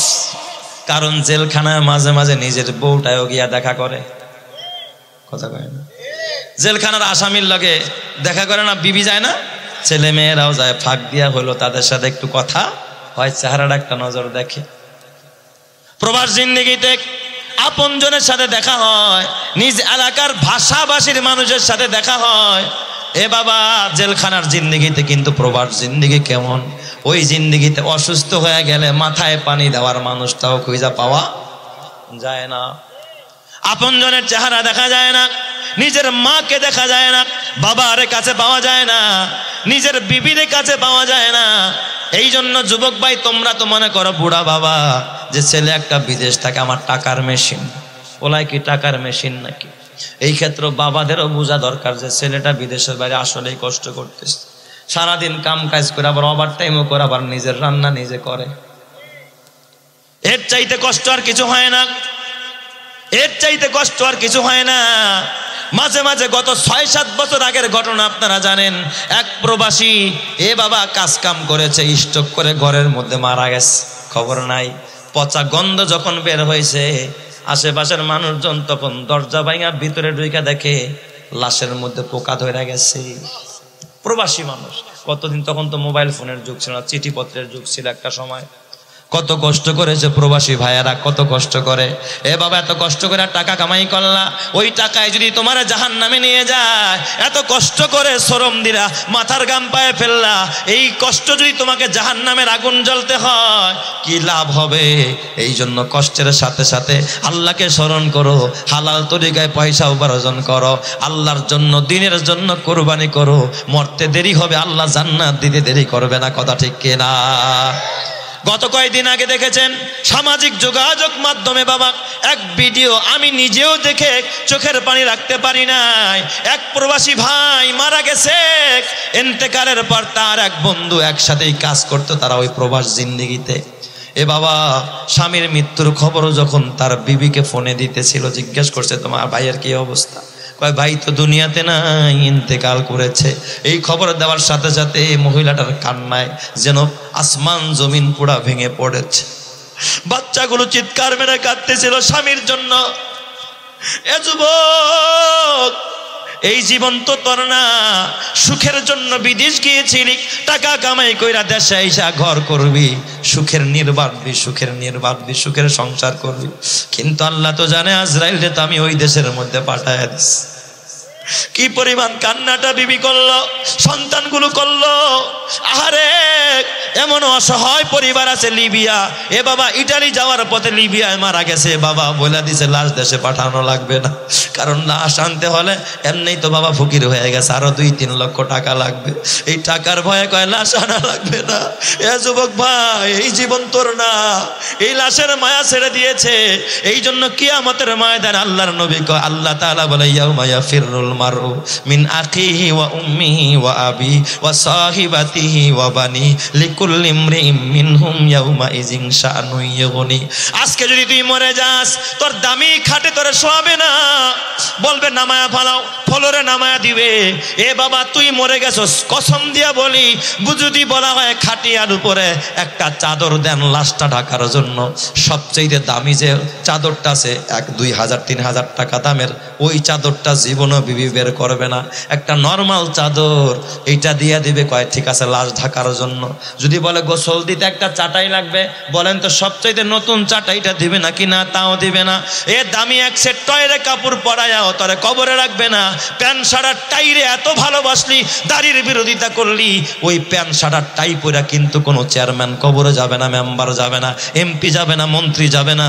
মন্ত্রী যেই সাদা কাপড় পরবে আমারও সেই সাদা কাপড় পরাবে। নবীরা যেই সাদা কাপড় পরেছে তোমাকেও সেই সাদা কাপড় পরবে। আজকে কেন সাদা পোশাক ভালো লাগে না? আজকে কেন টুপি ভালো লাগে না? আজকে কেন লম্বা কুর্তা ভালো লাগে না? পরবি তো পরবি, ময়রা তারপরে পরবি, সোজা হয়ে পরবি, লাভ হবে না, 2 পয়সার লাভ হবে না। এখন হায়াত থাকতে দাড়িটা রাইখা দে, হায়াত থাকতে লম্বা জামাটা গায়ে দে, কসম আল্লাহর, হায়াত থাকতে নামাজ শুরু কর, হায়াত থাকতে এই জীবনটা আল্লাহর জন্য দিয়ে দে, হায়াত থাকতে এই মালটা হালাল পথে খরচ কর, হালাল পথে উপার্জন কর। কসম আল্লাহর, মরতে দেরি হবে, আমার আল্লাহ তোরে জান্নাতের পথ দেখাইতে 1 সেকেন্ডও দেরি করবে না। কথা ঠিক কিনা? এ আমার যুবক ভাই, ও বুড়া বাবা, ও প্রবাসী ভাই, অনেকে নিয়ত করছস প্রবাস জিন্দেগিতে যাবি, খবরদার এই জীবন রং তামাশা করে উড়াইস না, টেলিভিশন পাঠাইস না। এক কপাল পোড়া যুবক আমার মিরপুরে, তার বাবা আমার নিয়ে গেছে বাসায় দোয়া করতে। আমি তো জানি না আজকে কি দোয়া করাইব। বাসায় গেছি, যাওয়ার পরে কয় হুজুর পোলাই গেছে কয়দিন আগে, এই যে আমেরিকা গেছে হুজুর, এলাকার একটা লোক আসছে, পোলায় কিছু সামানা পাঠাইছে, দোয়া করে দেন। আমি চিন্তা করলাম সামানা বলতে কি জানি না পাঠাইছে। কয় হুজুর পোলাই যে সামানা পাঠাইছে, একটা টেলিভিশন আর একটা ল্যাপটপ পাঠাইছে, আমার নিচে এগুলো উদ্বোধন করবো, দোয়া করাইবার কি? আমি বললাম বাজান কামটা করলেন কি? এটা আপনি কি করলেন? ছেলের এই কাজ বলেন, ল্যাপটপ দিয়া কেউ সব কামায় না, গুণা বেশি করে। টেলিভিশন দিয়া ন্যাক তেমন হয় না, গুনার কাজ বেশি হয়।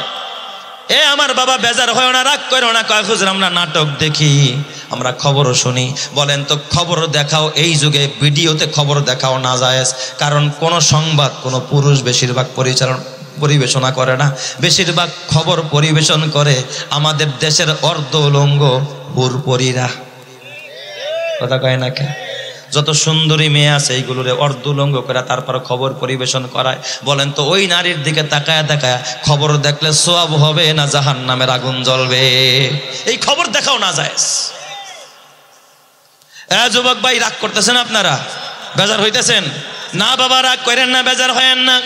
কসম দিয়া বলি রে যুবক, তুমিও কবরে যাইবা, সামনে রমজান মাস আসতেছে রে বাবা।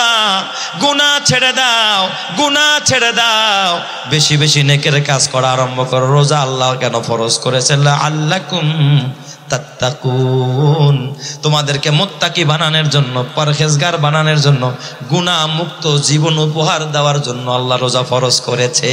তাহলে রোজা গুনাহ করার মাস না ছাড়ার মাস? অথচ রোজা আসার পরে অনেকের গুনাহ আরো বাইরে যায়।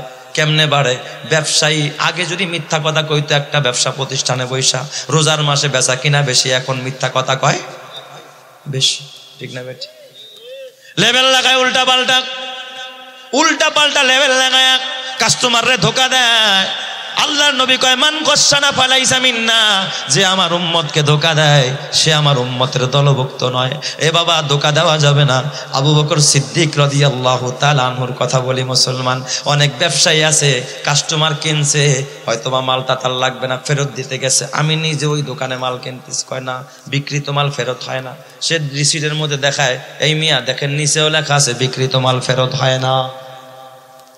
অথচ সিদ্দিক আকবর আবু বকর সিদ্দিক রাদিয়াল্লাহু তাআলা আনহু নবীজির দরবারে যেই আয়াত আমি পড়েছি, আবু বকর সিদ্দিক রাদিয়াল্লাহু তাআলা আনহু কাঁদতেছে। সিদ্দিক আকবর ছিলেন একজন বড় ব্যবসায়ী। আবু বকর সিদ্দিকের বাবার নাম কুহাফা, তিনি ছিলেন আরো বড় ব্যবসায়ী, ব্যবসায়ীর পোলা ব্যবসায়ী, বংশীয় ব্যবসায়ী, বাবাও বড় ব্যবসায়ী, নিজেও বড় ব্যবসায়ী। অনেক সময় দেখবেন বাবা যদি বড় ব্যবসায়ী হয়, পোলাও কি হয়? ব্যবসায়ী হয় না? এটা বংশ পরম্পরায় পায়। আবার যদি এমন ব্যবসা শেখে যে জনমের ব্যবসা পুরা পুঁজি সহ শেষ, একবারে আলুর ব্যবসা করে। কিসের ব্যবসা? আলু নিয়ে বাজারে গেছে, তো পোলারে কইছে বাবা তুই আলু বেচতে থাক, আমি একটু নামাজটা পড়ে আসি। পোলায় তোলে বাদায় আসে না, এরকম উল্টা পাল্টা দিয়ে একটা ও বাবায় এসে দেখে পোলায় একেবারে আলু মালু বেচা যাইরা পয়সা পয়সা রয়েছে। কি রে আলু কি করলি? এক বস্তা আলু বাবা বেচে লাইছি। কত করে বেচছ? বাবায় কয়ে গেছে 12 টাকা করে বেচিস। পোলায় বেচছে 8 টাকা করে। কয় টাকা বেচছে? 8 টাকা করে বেচছে। যার লাগতো 2 কেজি হে নিছে 5 কেজি। সস্তায় পাইছে না? আলকাতরা মানুষ ফ্রি পাইলে কি নাই পকেটের পুরা সাপ। কয়টা ঠিক আছে, আমি চিন্তা করছে যা বেচছস তো লাভ হোক আর লস হোক, তুই ভাইয়ে ওয়াজিয়া করছস, লসে বেচছস, সমস্যা নাই, গুনাহ তোর হবে না। যারা নিচেরা কি হবে? একটু উপকৃত হবে। কয়টা টাকা দে, আব্বা হেও বাকিতে দিছি। বলা কি কয় বাবা বাকিতে দিছি। এই রকমের যদি ব্যবসায়ী হয় তাহলে ব্যবসা কই উঠবে? সাঙ্গে উঠবে। কথা ঠিক না ব্যাটিক? যেটা কন আবু বকর সিদ্দিক কেমন ব্যবসায়ী?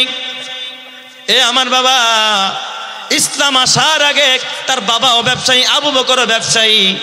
বাজারে যখন মনে করে ঈদের সময় যদি কোনো দোকানদার দোকান বন্ধ রাখে, আশেপাশের দোকানদাররা কয় এটা বাজার, এখন কাস্টমারের অভাব নাই, এখন দোকানটা কি করে দিছে, এই বলটা কি বেচবো, এটা ব্যবসায়ী শুরু হয়েছে, ব্যবসায়ী হচ্ছে।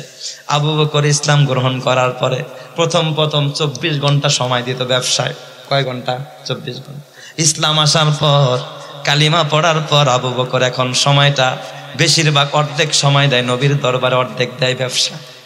অন্যান্য ব্যবসা দূর কি বেড়া এলো, ওর ব্যবসা লাডে উঠবো। ওর বাপে এতবার একজন প্রতিষ্ঠিত ব্যবসায়ী, আর পোলা এখন বাদে রয়ে গেছে। ব্যবসা দিয়া কই জানি ঘরে। আবু বকর তো বিপদে পড়ে যাবে। কয়দিন পর যত দিন যায় সময় তত ব্যবসায় কম দেয়, নবীর দরবারে বেশি দেয়। কারণ আবু বকর জানে নবীর দরবারে সময় দিলে যেই ব্যবসা, এই ব্যবসা সমান না। যেরকম সুবহানাল্লাহ। এই যে আপনারা যারা এখানে বসছেন, আপনাদের যেই ব্যবসা হয়েছে, যারা বাসায় শুয়ে রয়েছে, তাদের কি সমান ব্যবসা নাকি? তারা তো ওই যে রকমের লসে বেচা পুঁজি শেষ। আবু বকর সিদ্দিক যত দিন যায় নবীর দরবারে সময় বেশি দিতে দিতে এক সময় আবু বকর যাইতে পারে না। সপ্তাহে একদিন যায় দোকানে, আর দূর এই বেড়ার একেবারে শেষ করে লাইল পোলাটা। এই পোলাটা আসলে ভালো না, বাপের ব্যবসাটা শেষ করে দিছে পোলায়। আবু বকর কয়দিন পরে দেখে বেলাল রে উমাইয়া গুতায়, বেলাল রে মারতেস। আবু বকর কয় আহারে, ইসলামের কারণে বেলালের এত দুঃখ দুর্দশা, আমার ব্যবসা লাগবো না, দোকানটা বিক্রি করে দিস। দোকান বেচা টাকা আবু বকরের পকেট। রাস্তা দিয়া যায়, বেলালের নির্যাতন দেখে আবু বকর সইতে। আবু বকর ডাক দিয়া কয় উমাইয়া আর মারিস না, এই লোকটার অপরাধ তো একটাই, সে বলে লা ইলাহা ইল্লাল্লাহ, কি অপরাধে মারস বেলাল? বেলাল তো শুধুমাত্র হাত বলে, বেলাল তো শুধুমাত্র লা ইলাহা ইল্লাল্লাহ বলে। বলেন তো বেলালের এছাড়া কোনো দোষ আছে নাকি? মারস কেন? আবু বকর কয়, এ উমাইয়া আর মারিস না, বেলাল আজাদ করে দে। কয় না, আজাদ করবো না, বিক্রি করবো। কয় দাম কত? দাম চা। কয় এত টাকা, যা দাম আছে 3 গুণ দাম চাইছে। আবু বকর তো দোকান বিক্রি করার টাকার আগের থেকে প্ল্যান করে আনছে বেলাল রে কিনা আজাদ করে দিতে। দোকান বিক্রি করার যতগুলো টাকা ছিল আবু বকর সিদ্দিক ওই পরিমাণ টাকাটা উমাইয়ারে দিয়া কয়, ঠিক আছে বেলাল রে এবার আজাদ করে দিলাম। কি ওরা কয়, দেখছো লাস্টে ছিল বাবার একটা পুঞ্জি রাখার দোকান, এইটাও বেচা খাইছে। কয় ক্ষতিগ্রস্তের মধ্যে পড়ে গেছে। আল্লাহ তাআলা, এটা সূরা আসরের শানে নজুল, ওয়াল আসর ইন্নাল ইনসানা লাফি খুসর। আল্লাহ কয় না, আমার আবু বকরেরা ক্ষতির মধ্যে পড়ে নাই, আমার আবু বকরেরা তো ঈমান আনছে, আমলে সালেহ করছে, ওরা হকের পথে মানুষকে দাওয়াত দেয়, ওরা সবর করে, ওরা ক্ষতিগ্রস্ত নয়। বরং তামাম পৃথিবীবাসী ক্ষতিগ্রস্ত, যারা নামাজ পড়ে না, ঈমান আনে নাই, তোরা ব্যবসা করে ক্ষতিগ্রস্ত। কারণ তোরা দুনিয়ার ব্যবসা করস, আখিরাতের ব্যবসা বোঝস না। কথা ঠিক না বেঠিক? জোরে কান। ঈমানের পথে অবিচল থেকে আমার মরণ যেন হয়, তোমারই কাছে মিনতি আমার, মহামহিম দয়াময়। ঈমানের পথে অবিচল থেকে আমার মরণ যেন হয়, প্রতিদিন মিথ্যের মুখোমুখি হয়, বেদিন ফাসেকেরা করে হইচই, আজাজিল এসে গোমরাহি সুর গানে করে তুলে মোহময়। ঈমানের পথে অবিচল থেকে আমার মরণ যেন হয়, তোমারই কাছে মিনতি আমার, মহামহিম দয়াময়। ঈমানের পথে অবিচল থেকে আমার মরণ যেন হয়। আল্লাহ তুমি কবুল করো, জোরে কানা আমিন।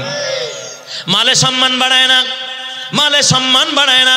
আমার এলাকার ঘটনা, আমার এলাকার এক জমিদার ভাইয়ের 1300 বিঘা জমি ছিল, তার পূর্বসূরি একদম। তারাও দাপড়ে কইতো আমার দাদার 1300 বিঘা জমি ছিল। আমরা যখন বাজারে যাই, পরের ক্ষেতে পা দিতে হয় না, আমরা নিজের ক্ষেত পাড়ায় বাজারে যাই। কি এক দাপটের কথা, 3 মাইল 4 মাইল ব্যাপী আমাদের জায়গা। এখন তাদের হালাত, পরবর্তী প্রজন্ম জুয়া খেলতে খেলতে, মদ খাইতে খাইতে, আর নারীদেরকে নিয়ে আড্ডা করতে করতে নিজের বাড়ি করার মতো জায়গাটুকু এখন তাদের নাই। নদীর কুল ভাঙে ও কুল গড়ে, এই তো নদীর খেলা। সকাল বেলার ধনীরে তুই ফকির সন্ধ্যাবেলা। কারুনের সম্পদ কারুন রে বাঁচাইতে পারে নাই, হামানের ক্ষমতা হামান রে বাঁচাইতে পারে নাই, ফেরাউনের এত বড় আধিপত্য ফেরাউনকে বাঁচাইতে পারে নাই। তোমার যত কলা কৌশল তোমারে বাঁচাইতে পারবে না। তোমার আমার বাঁচানে ওয়ালা যিনি, তিনি কে? তাহলে বলেন জীবন কার? আরো জোরে বলেন, এই জীবন কার? এই মাল কার? আমার বাড়ি, আমার বাড়ির মালিক কে? আমার সম্পদের মালিক আমি না, আমার সম্পদের মালিক কে? আল্লাহ। এই জন্য বাবা কয়, তার মানে সম্পদগুলো সব আল্লাহর রাস্তায় দিবা, এই ওয়াজও আমি করি না। আল্লাহ তাআলার কোরআন বলে, ওয়াফি আমওয়ালিহিম হাক্কুল লিসাইলি ওয়াল মাহরুম। আল্লাহ তাআলা মুত্তাকির গুণ বয়ান করছে। মুত্তাকির গুণ বয়ান করতে গিয়ে আল্লাহ তাআলা একটা গুণ বয়ান করছে, ওয়াফি আমওয়ালিহিম হাক্কুল লিসাইলি ওয়াল মাহরুম। মুত্তাকির সম্পদের ভিতরে অভাবগ্রস্তের জন্য হক রয়েছে, এবং যারা বিপদগ্রস্ত, যারা একেবারে অভাবী তাদের জন্য, এবং ক্ষতিগ্রস্ত যারা, তাদের জন্য মুত্তাকির সম্পদের মধ্যে কি রয়েছে? হক রয়েছে। তার মানে আপনার পকেটের টাকা থেকে যদি কোনো অভাবী উপকৃত হয়, আপনার পকেটের টাকা থেকে যদি কোনো ক্ষতিগ্রস্ত মানুষ উপকৃত হয়, আপনি মুত্তাকি। সুবহানাল্লাহ বলবেন না সবাই? কথা বুঝবেন? আপনার অর্জিত অর্থ থেকে যদি কোনো অসহায় মানুষ উপকার পায়, তাহলে আপনি কি? মুত্তাকি। আপনার টাকায় যদি কোনো ক্ষতিগ্রস্ত মানুষ উপকৃত হয়, তাইলে আপনি কি? মুত্তাকি। আর আপনার টাকায় যদি কোনো ক্ষতিগ্রস্ত মানুষ উপকৃত না হয়, কোনো অভাবী মানুষ উপকৃত না হয়, আপনি কসম দিয়ে আমি বললেও হালেফ হব না, আপনি কোনোদিন মুত্তাকি হতে পারবেন না, আল্লাহর জান্নাতেও যেতে পারবেন না। কারণ আল্লাহ চোরের জন্য জান্নাত বানায় নাই, বখিলের জন্য জান্নাত বানায় নাই। বখিল আর বুয়াদে জাহেদে বাহারুবার বেহেশতি নাবাসাদ বা হুকমে খবর। আল্লাহ তাআলা বলে উইদ্দাত লিল মুত্তাকিন, আমি আল্লাহ জান্নাতটা বানাইছি চোরের জন্য না, বটপারের জন্য না, সিটারের জন্য না, বখিলের জন্য না। আমি জান্নাতটা বানাইছি কেবলমাত্র আমার মুত্তাকি বান্দা বান্দির জন্য। চিৎকার মেরে কন্না আল্লাহু আকবার। আর মুত্তাকি হতে হলে আপনার মালের ভিতরে গরিব দুঃখীদের জন্য একটা হক আছে না নাই? এটা ভাবা দরকার আছে না নাই? এই যে সামনে রমজান মাস, অনেকে দেখবেন রমজানে কোথায় গিয়ে মার্কেট করবে প্ল্যান হয়ে গেছে। কেউ যমুনা ফিউচার পার্কে যাবে, কেউ বসুন্ধরা মার্কেটে যাবে, কেউ নিউ মার্কেটে যাবে, কেউ গাউসিয়াতে যাবে, কেউ বাবার শিবচর যাবে, কেউ বাবার পাঁচচর যাবে, কেউ বাবার সিঙ্গাপুর যাবে। আসে না নাই? আমার মিরপুরের এক ভাই বড় মানুষ, ধনী মানুষ, কয় হুজুর এই বছর, আমি জিজ্ঞাসা করছি ভাই এই বছর কোথায় টার্গেট? কয় সিঙ্গাপুর। সিঙ্গাপুরের সফরে যাবে সপরিবার, সেখান থেকে মার্কেট করবে। টাকা আছে অনেক, কি করব দিশা পায় না আর কি। সিঙ্গাপুর যাবে মার্কেট করার জন্য, অথচ তার বাড়ির সামনে বড় অভাবী ফুটপাতের মধ্যে হাত পাইতা বসে থাকে। তা চোখে পড়ে না, গরিব মানুষ চোখে পড়ে না। তুমি দামি খাবার খাইলা, ঘরের ভিতরে খাবার নষ্ট হয়ে যায়, অথচ একজন অসহায় মানুষকে খাবার দেয় না। এমন হতভাগা কুলাঙ্গার জমিনের মধ্যে আছে না নাই? শুধু দূরের মানুষকে দূরের কথা, এ আমার বাবা কাজের বুয়া তার ঘরের কোনো প্লেটে তার খাইতে দেয় না, পরে কোনো প্লেট ব্যবহার করতে দেয় না। এক ধনী শিল্পপতির বাড়ির কাজের বুয়া আমার বিবি কারগুজারি শোনাইল, কয় মাঝে মধ্যে নাকি আমার ঘরেও সে মাঝে মধ্যে আসতেন। কয় অমুকের ঘরে গেলে কয় কিছু খাইতে দিলেও তাও কাগজে করে দিয়া দেয়, কিন্তু তার ঘরের কোনো প্লেটের মধ্যে আমাদের হাত লাগাইতে দেয় না। তার মানে ও গরিব, ও কেন এখানে হাত লাগাবে? অথচ রহমাতে আলম নবী, আসমান জমিনের মধ্যে তার মতো দামি মানুষ কেউ নাই। আল্লাহর নবী একদিন বেলালকে ডাক দেন, তাআল হিনায়া বেলাল, বেলাল কাছে আসো। তখনও বেলাল উমাইয়ার গোলাম। বেলালরে ডাক দিয়া কাছে আইনা নবী আলাইহিস সালাম বেলালের সাথে বসাইয়া নিজের প্লেটের খাবার বেলালের হাতে দিলেন। বেলালও খায়, নবীও খায়। একজন উমাইয়ার গোলাম, বলেন তো এই এলাকায় যারা মুসাফিরগিরি করে, ভিক্ষা করে, এদেরকে আপনার প্লেটে খাইতে দিবেন নি?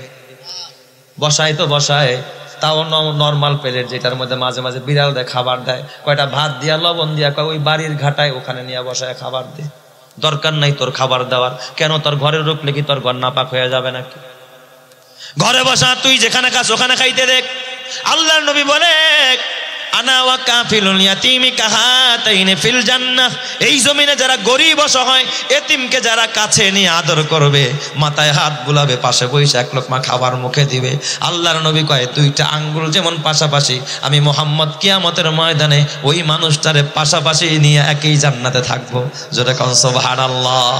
তাহলে গরিবরে দূরে ঠেলা দিবেন না, কাছে টানবেন। বেলাল কানতেছে, ডাক দিয়া কয়, ইয়া রাসূলুল্লাহ, আমি এতদিন ভেবেছিলাম আমি মানুষ না, কারণ আমার মনিব উমাইয়া সে জুতা পরতো, আমারে জুতা পরতে দিত না। আমার মনিব উমাইয়া সে জামা গায়ে দিত, আমারে জামা গায়ে দিতে দিত না। কারণ বলতো মনিবও জামা পরছে, গোলামেও জামা পরছে, কোনো পার্থক্য থাকলো না। আমি জামা পরমো, তুই পরতে পারবি না, আমি খরম পরমো, তুই পরতে পারবি না। হযরতে বেলাল কয়, ইয়া রাসূলুল্লাহ, আমার মনিব প্লেটে খানা খাইতো, আমারে প্লেটে খানা খাইতে দিত না। তাইলে গোলাম আর মনিবের মধ্যে কোনো পার্থক্য থাকে না। হুজুর আমারে কলা পাতার মধ্যে, কাগজের মধ্যে কয়টা খাবার দিত, কুকুরের মতো বৈশা বৈশা আমি খাইতাম। কিন্তু আপনার মতো শ্রেষ্ঠ মানুষের সাথে যখন এক প্লেটে খাইতে পারছি, আমি বেলাল এখন ভাবছি আমি একজন মানুষ। এর আগ পর্যন্ত আমি যে মানুষ এটা আমি বুঝতে পারি নাই। চিৎকার মেরে কন্না আল্লাহু আকবার। ইসলাম তোমার শিক্ষা দিয়েছে বাবা, ভেদাভেদ নাই গরিব আর ধনীর ভিতরে। এ বাবা, সুলতান মাহমুদ গজনবী রহমাতুল্লাহ আলাইহি, এত বড় জগৎ বিখ্যাত আল্লাহর ওলি সুলতান মাহমুদ গজনবীর দরবারে বড় বড় আলেম ওলামারা থাকতো। আপনাদের কষ্ট হইতেছে নাকি? শেষ করে দিব ইনশাল্লাহ। এই সুলতান মাহমুদ গজনবী রহমাতুল্লাহ আলাইহি, ওনার দরবারে বড় বড় উজির নাজিররা ছিল। কিন্তু সুলতান মাহমুদ গজনবী রহমাতুল্লাহ আলাইহি দরবারে একটা গোলাম ছিল, নাম তার আয়াস। গোলামের নাম কি? আয়াস। এই আয়াস ছিল একেবারে কুসকুসে কালো, দেখতে দেখা যেত না ভালো, একেবারে একটা নর্মাল গোলাম। আমাদের যুগেও দেখবেন মানুষ বিভিন্ন রকমের বাহন ব্যবহার করে, ঘোড়া কেনে, গাড়ি কেনে, আছে না নাই? নর্মাল বাহনের নাম হলো বাইসাইকেল, এরপরে ভ্যান, ঠিক না ঠিক, এরপরে অটো, এরপরে সিএনজি, এরপরে প্রাইভেট, একের পর এক একটা স্তর আছে। হযরতে আমার বাবা আল্লাহর নবী রহমতে আলম নবীর দিন যদি কোনো আনিত ওহির এলেম যদি কারো ভিতরে ঢুকে, তারা সত্যিকারের মানুষ আল্লাহ বানায় দেয়। সুলতান মাহমুদ গজনবীর দরবারে বড় বড় আলেমরা থাকতো, বড় বড় মানুষরা থাকতো, বড় বড় উজিররা থাকতো, দেশের মাথা কাট মানুষগুলো থাকতো। কিন্তু সুলতান মাহমুদ গজনবী এই সুন্দর সুদর্শন বুদ্ধিজীবীদেরকে এত ভালোবাসতেন না। একটা কালো কুচরি, দেখতে দেখা যেত না ভালো, বেডঙ্গা, এই আয়াসকে এত ভালোবাসতেন। সুলতান মাহমুদ যখন কোথাও সফর করতেন, সাথে ভালো দামি কাউকে নিতেন না, আয়াসকে সাথে নিয়ে সেখানে ঘুরতে যেতেন, বেড়াতে যেতেন। যেটা কোন সুবহানাল্লাহ। আয়াস ছিল একজন গোলাম, একজন দাস। সবাই খালি সমালোচনা করে, বাচ্চার সবকিছুই ভাল লাগে, এইটা খালি ভাল লাগে না। বাচ্চা একটা নোংরা গোলাম, দেখতে দেখা যায় না ভালো, দামি একটা পোশাক নাই, কালো, এইটারে খালি লগে লগে রাখে। আমাগো মতো হ্যান্ডসাম বডিওয়ালা আমাগো বাচ্চায় রাখতে পারতো, কাছে তাকে মান বেড়া যেত, সম্মান বেড়া যেত। কিন্তু বাচ্চার মাথা নষ্ট হয়েছে, নাহলে পাগল হয়েছে, বাচ্চা একটা একেবারে অপদার্থ গোলামরে লগে রাখে, যার কোনো কোয়ালিটি নেই। আছে না নাই? আরো জোরে কোন আছে না নাই? এই গোলামরে কাছে নিয়ে নিয়ে সুলতান মাহমুদ গজনবী বিভিন্ন জায়গায় সফর, ভিআইপি অনুষ্ঠানে কারে নিয়ে যায়? আয়াজ নামক একটা গোলাম, কালো গোলাম, পুরুষ গোলাম, এই গোলামরে সাথে নিয়ে যায়। এই খবরটা, বদনামিটা, দুর্নামটা বাদশা সুলতান মাহমুদ গজনবীর কানের মধ্যে যখন আসলো, সুলতান মাহমুদ গজনবী রহমতুল্লাহ আলাই একদিন সব ভিআইপি উজিরদেরকে, তার ভিআইপি মেহমানদেরকে দরবারে ডাকালেন, সবাইকে ডাকাইলেন। ডাকাইয়া সুলতান মাহমুদ গজনবীর একটা পান পাত্র ছিল, গ্লাস, স্বর্ণের তৈরি করা, স্বর্ণের নয় বরং লুকলু, দামি পাত্র দিয়া, দামি পদার্থ দিয়া, এর একবারে দামি পদার্থ, সবচাইতে দামি পদার্থ, ওই পদার্থ দিয়া যেটা তৈরি করা, একেবারে স্বচ্ছ গ্লাস, এটা হাতে নিছে, হাতে নিয়ে উজির দিছে, আয় উজির, এই দেখো মরমর পাথরের তৈরি করা, হ্যাঁ, এই কাচের এই গ্লাসটা হাতে লও। উজিরে হাতে নিছে, কয় বলো তো এটা কেমন? খুব দামি মহারাজ, খুব দামি। আপনি যেমন বাদশা দামি, আপনার গ্লাসটা বড় দামি। সুবহানাল্লাহ। জানেন পাম দিতেছে, কি দিতেছে? সবাই বাদশারে পাম দিতেছে, খুব দামি গ্লাস। কয় তাই নাকি? কয় হা। কয় তাইলে আমি তোমারে হুকুম করলাম, গ্লাসটা ফেলে ভেঙে ফেলো, ফেলে দাও, নিচে ফালায় দাও। উজিরে ডাক দেয়া কয় বাদশা, আমি কি এত বলদ নাকি? আপনি কইলেই কি আমি ভাঙবো? আমি জানি না বাদশার পান পাত্রের বড় দাম। এটা আপনি পানি খান, ও বাদশা, এটা আপনার একটা দামি সম্পদ।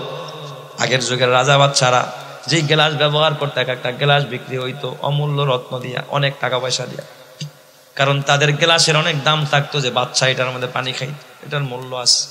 এই যুগেও আমাদের আকাবিরিনে হজরত যারা শাইখুল হাদিস, এরা যে গ্লাসে পানি খায়, দেখবেন বছর শেষে ছাত্ররা ওটা কেনার জন্য নিলামে ডাক উঠায়, যে শাইখুল হাদিসরা সারা বছর মুহাদ্দিসরা এই গ্লাসে পানি খাইছে, এই গ্লাসটা বিক্রি হবে সব ছাত্রদের টাকায় কিনা, অথবা দাম আছে 100 টাকা, নিলামে দাম উঠছে, আমরাও এক গ্লাস এইভাবে কিনছি 10,000 টাকা দিয়া।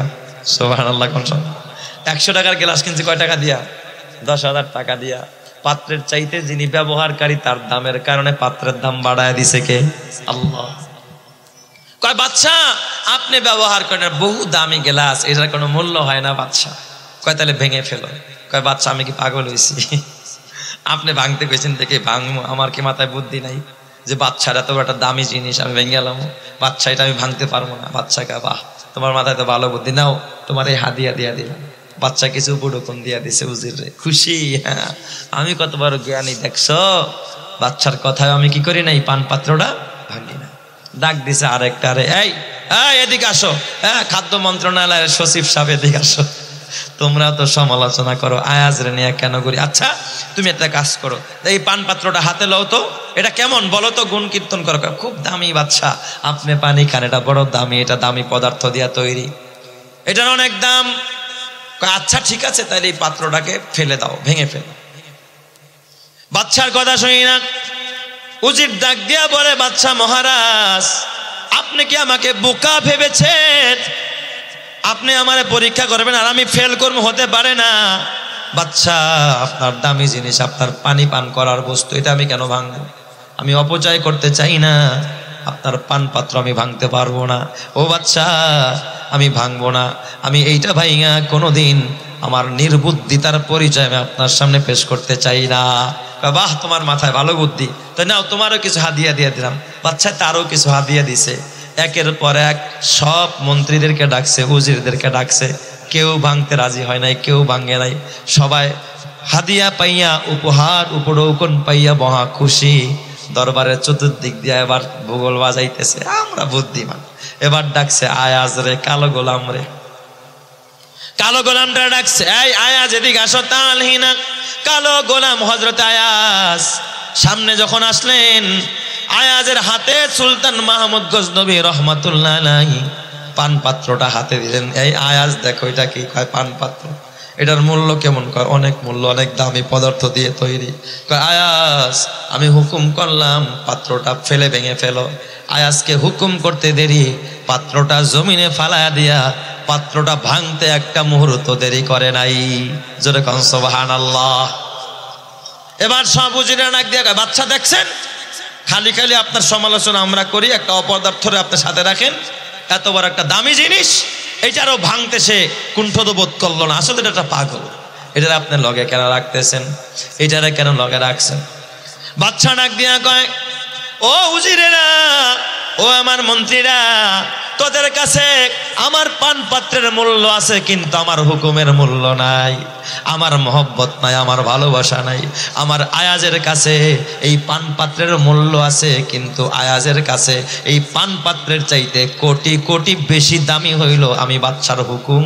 সে আমার হুকুম পালন করতে গিয়া এই জিনিসটাকে ভাঙতে সে কুণ্ঠত বোধ করে নাই।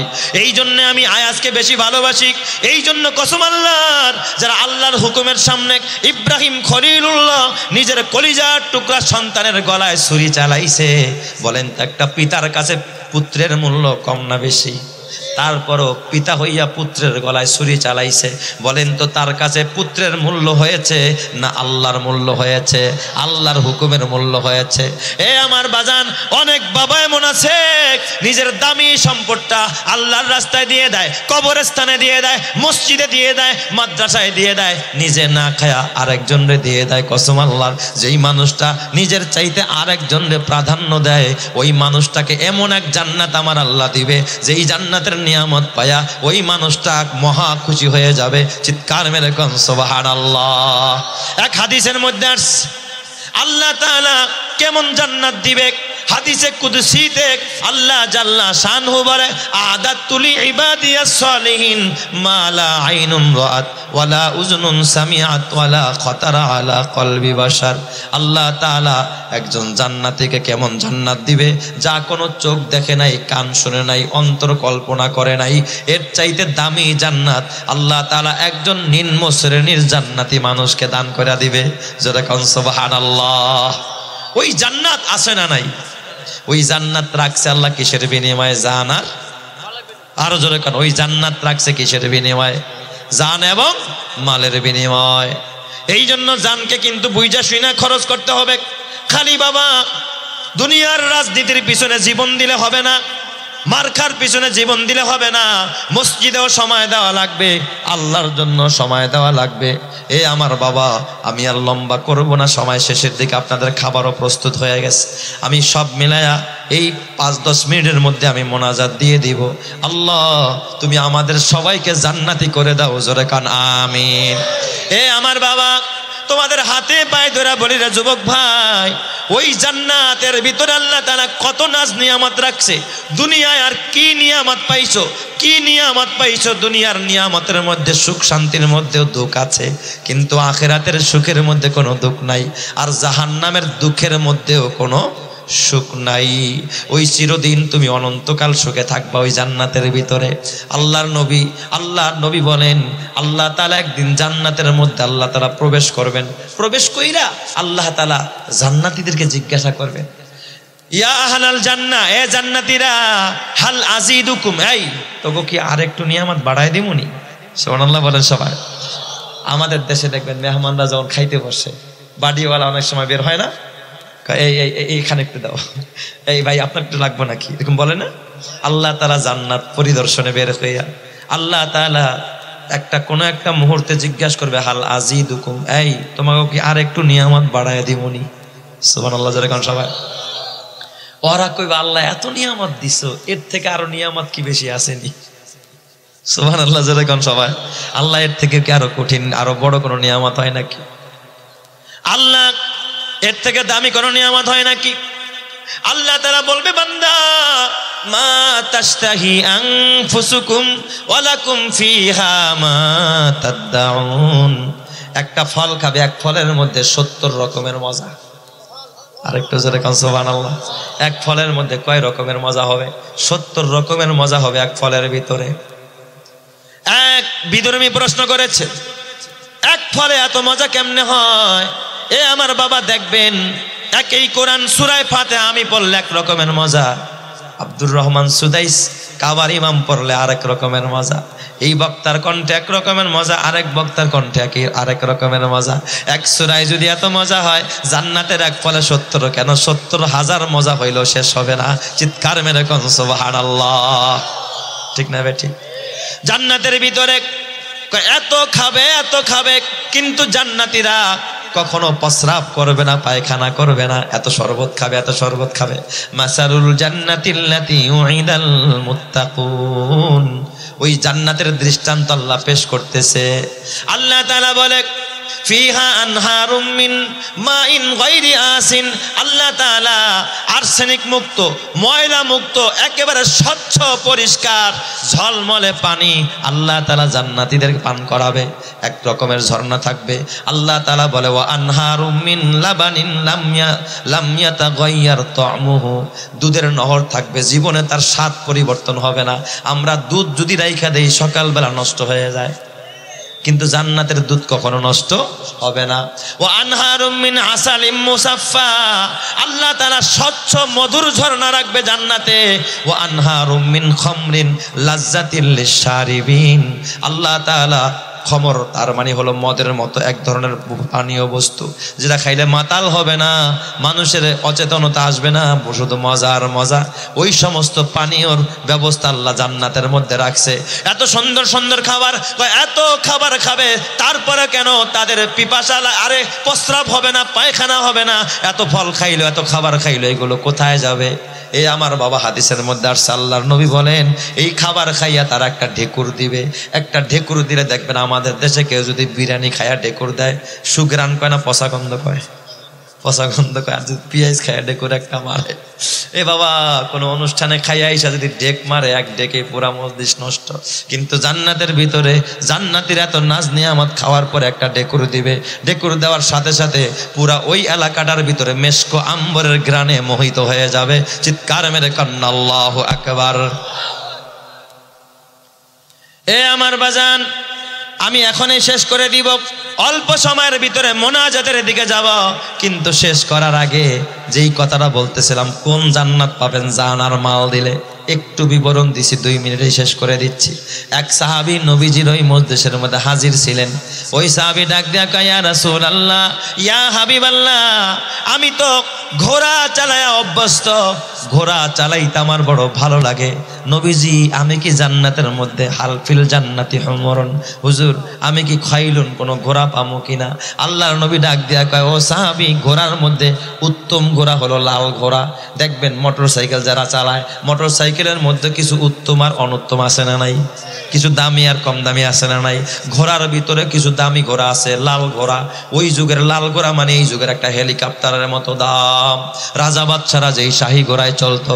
কয় আল্লাহ তাআলা তোমাকে লাল ঘোড়া দিবে। কয় শুধু ঘোড়া দিবে, রক্তে মাংসের ঘোড়া না, তুমি যদি চাও স্বর্ণের ঘোড়া, হীরা মণিমুক্তার ঘোড়া, যেই ঘোড়া জমিন দিয়া চলবে না, আকাশ দিয়া উড়বে, এমন ঘোড়াও আল্লাহ তোমাকে জান্নাতে দান করে দিবে। চিৎকার মেরে কোন সুবহানাল্লাহ।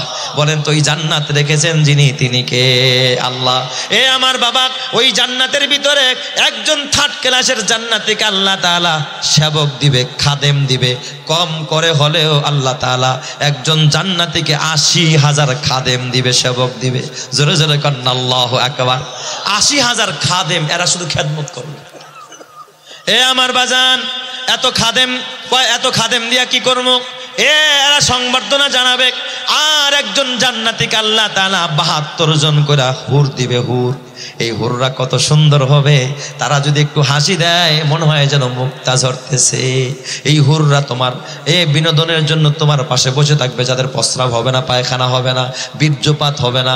আর এই তাদের খেদমতের জন্য যে গোলামগুলো থাকবে, এই গোলামগুলো থাকবে তাদের জুরদুন মুরদুন মুকাখালিন, যাদের দাড়ি হবে না, মোছ হবে না এবং বগলের কোনো লোম হবে না, সুরমা দেওয়া চোখের মতো এরকম ডাগর বিশিষ্ট চোখওয়ালা বাচ্চারা থাকবে। ইয়াতুফু আলাইহিম বিলদানুম মুখাল্লাদুন, এই ছোট ছোট বাচ্চারা তারা থাকবে সেবক সেবিকা। এই সমস্ত মানুষগুলো ৭০,০০০ একজন জান্নাতীকে সেবা করবে। আর একজন জান্নাতীর পিছনে আল্লাহ তাআলা ৭২ জন করে হুর দিবে। কয় হুজুর এত হুর কেমনে ব্যবহার করবে? কয় একজন জান্নাতীকে আল্লাহ তাআলা এই দুনিয়ার ৭০ জন মানুষের যৌন ক্ষমতা দিয়া আল্লাহ তাআলা একজনকে জান্নাতী বানাবে। চিৎকার মেরে কন্না আল্লাহু আকবার। সেখানে ব্যর্থতা বলতে কিছু থাকবে না, ক্লান্তি থাকবে না, ঘাম থাকবে না, কোনো নোংরামি থাকবে না, মিন্স হবে না, নারীদের বাবা প্রস্রাব পায়খানা হবে না। এত সুন্দর জান্নাত যদি তুমি পাইতে চাও, তাইলে এই জান আর মাল যার জন্য কোরবানি করতে হবে তিনি কে? আর যদি এই জান আর মাল অন্যায় পথে চালাও, আল্লাহ তাআলা এমন জাহান্নাম রাখবে, ইন্না আযাবাহা কানা গরামা। ওই জাহান্নাম হবে বড় ভয়ঙ্কর জাহান্নাম। ওই জাহান্নামের আযাব সহ্য করার মতো ক্ষমতা আমাদের কারো নাই। আল্লাহ তুমি ওই জাহান্নাম থেকে বাঁচাও। আল্লাহ তোমার জান্নাতের মালিক আমাদের সকলকে বানায়া দাও। জোরে কানা আমিন। এই জন্য আমরা এই এলাকাবাসীর জন্য দোয়া করি, আল্লাহ যেন সবাইকে জান্নাতি করে। যুব সমাজের জন্য দোয়া করি, আল্লাহ যুব সমাজকে কবুল করে।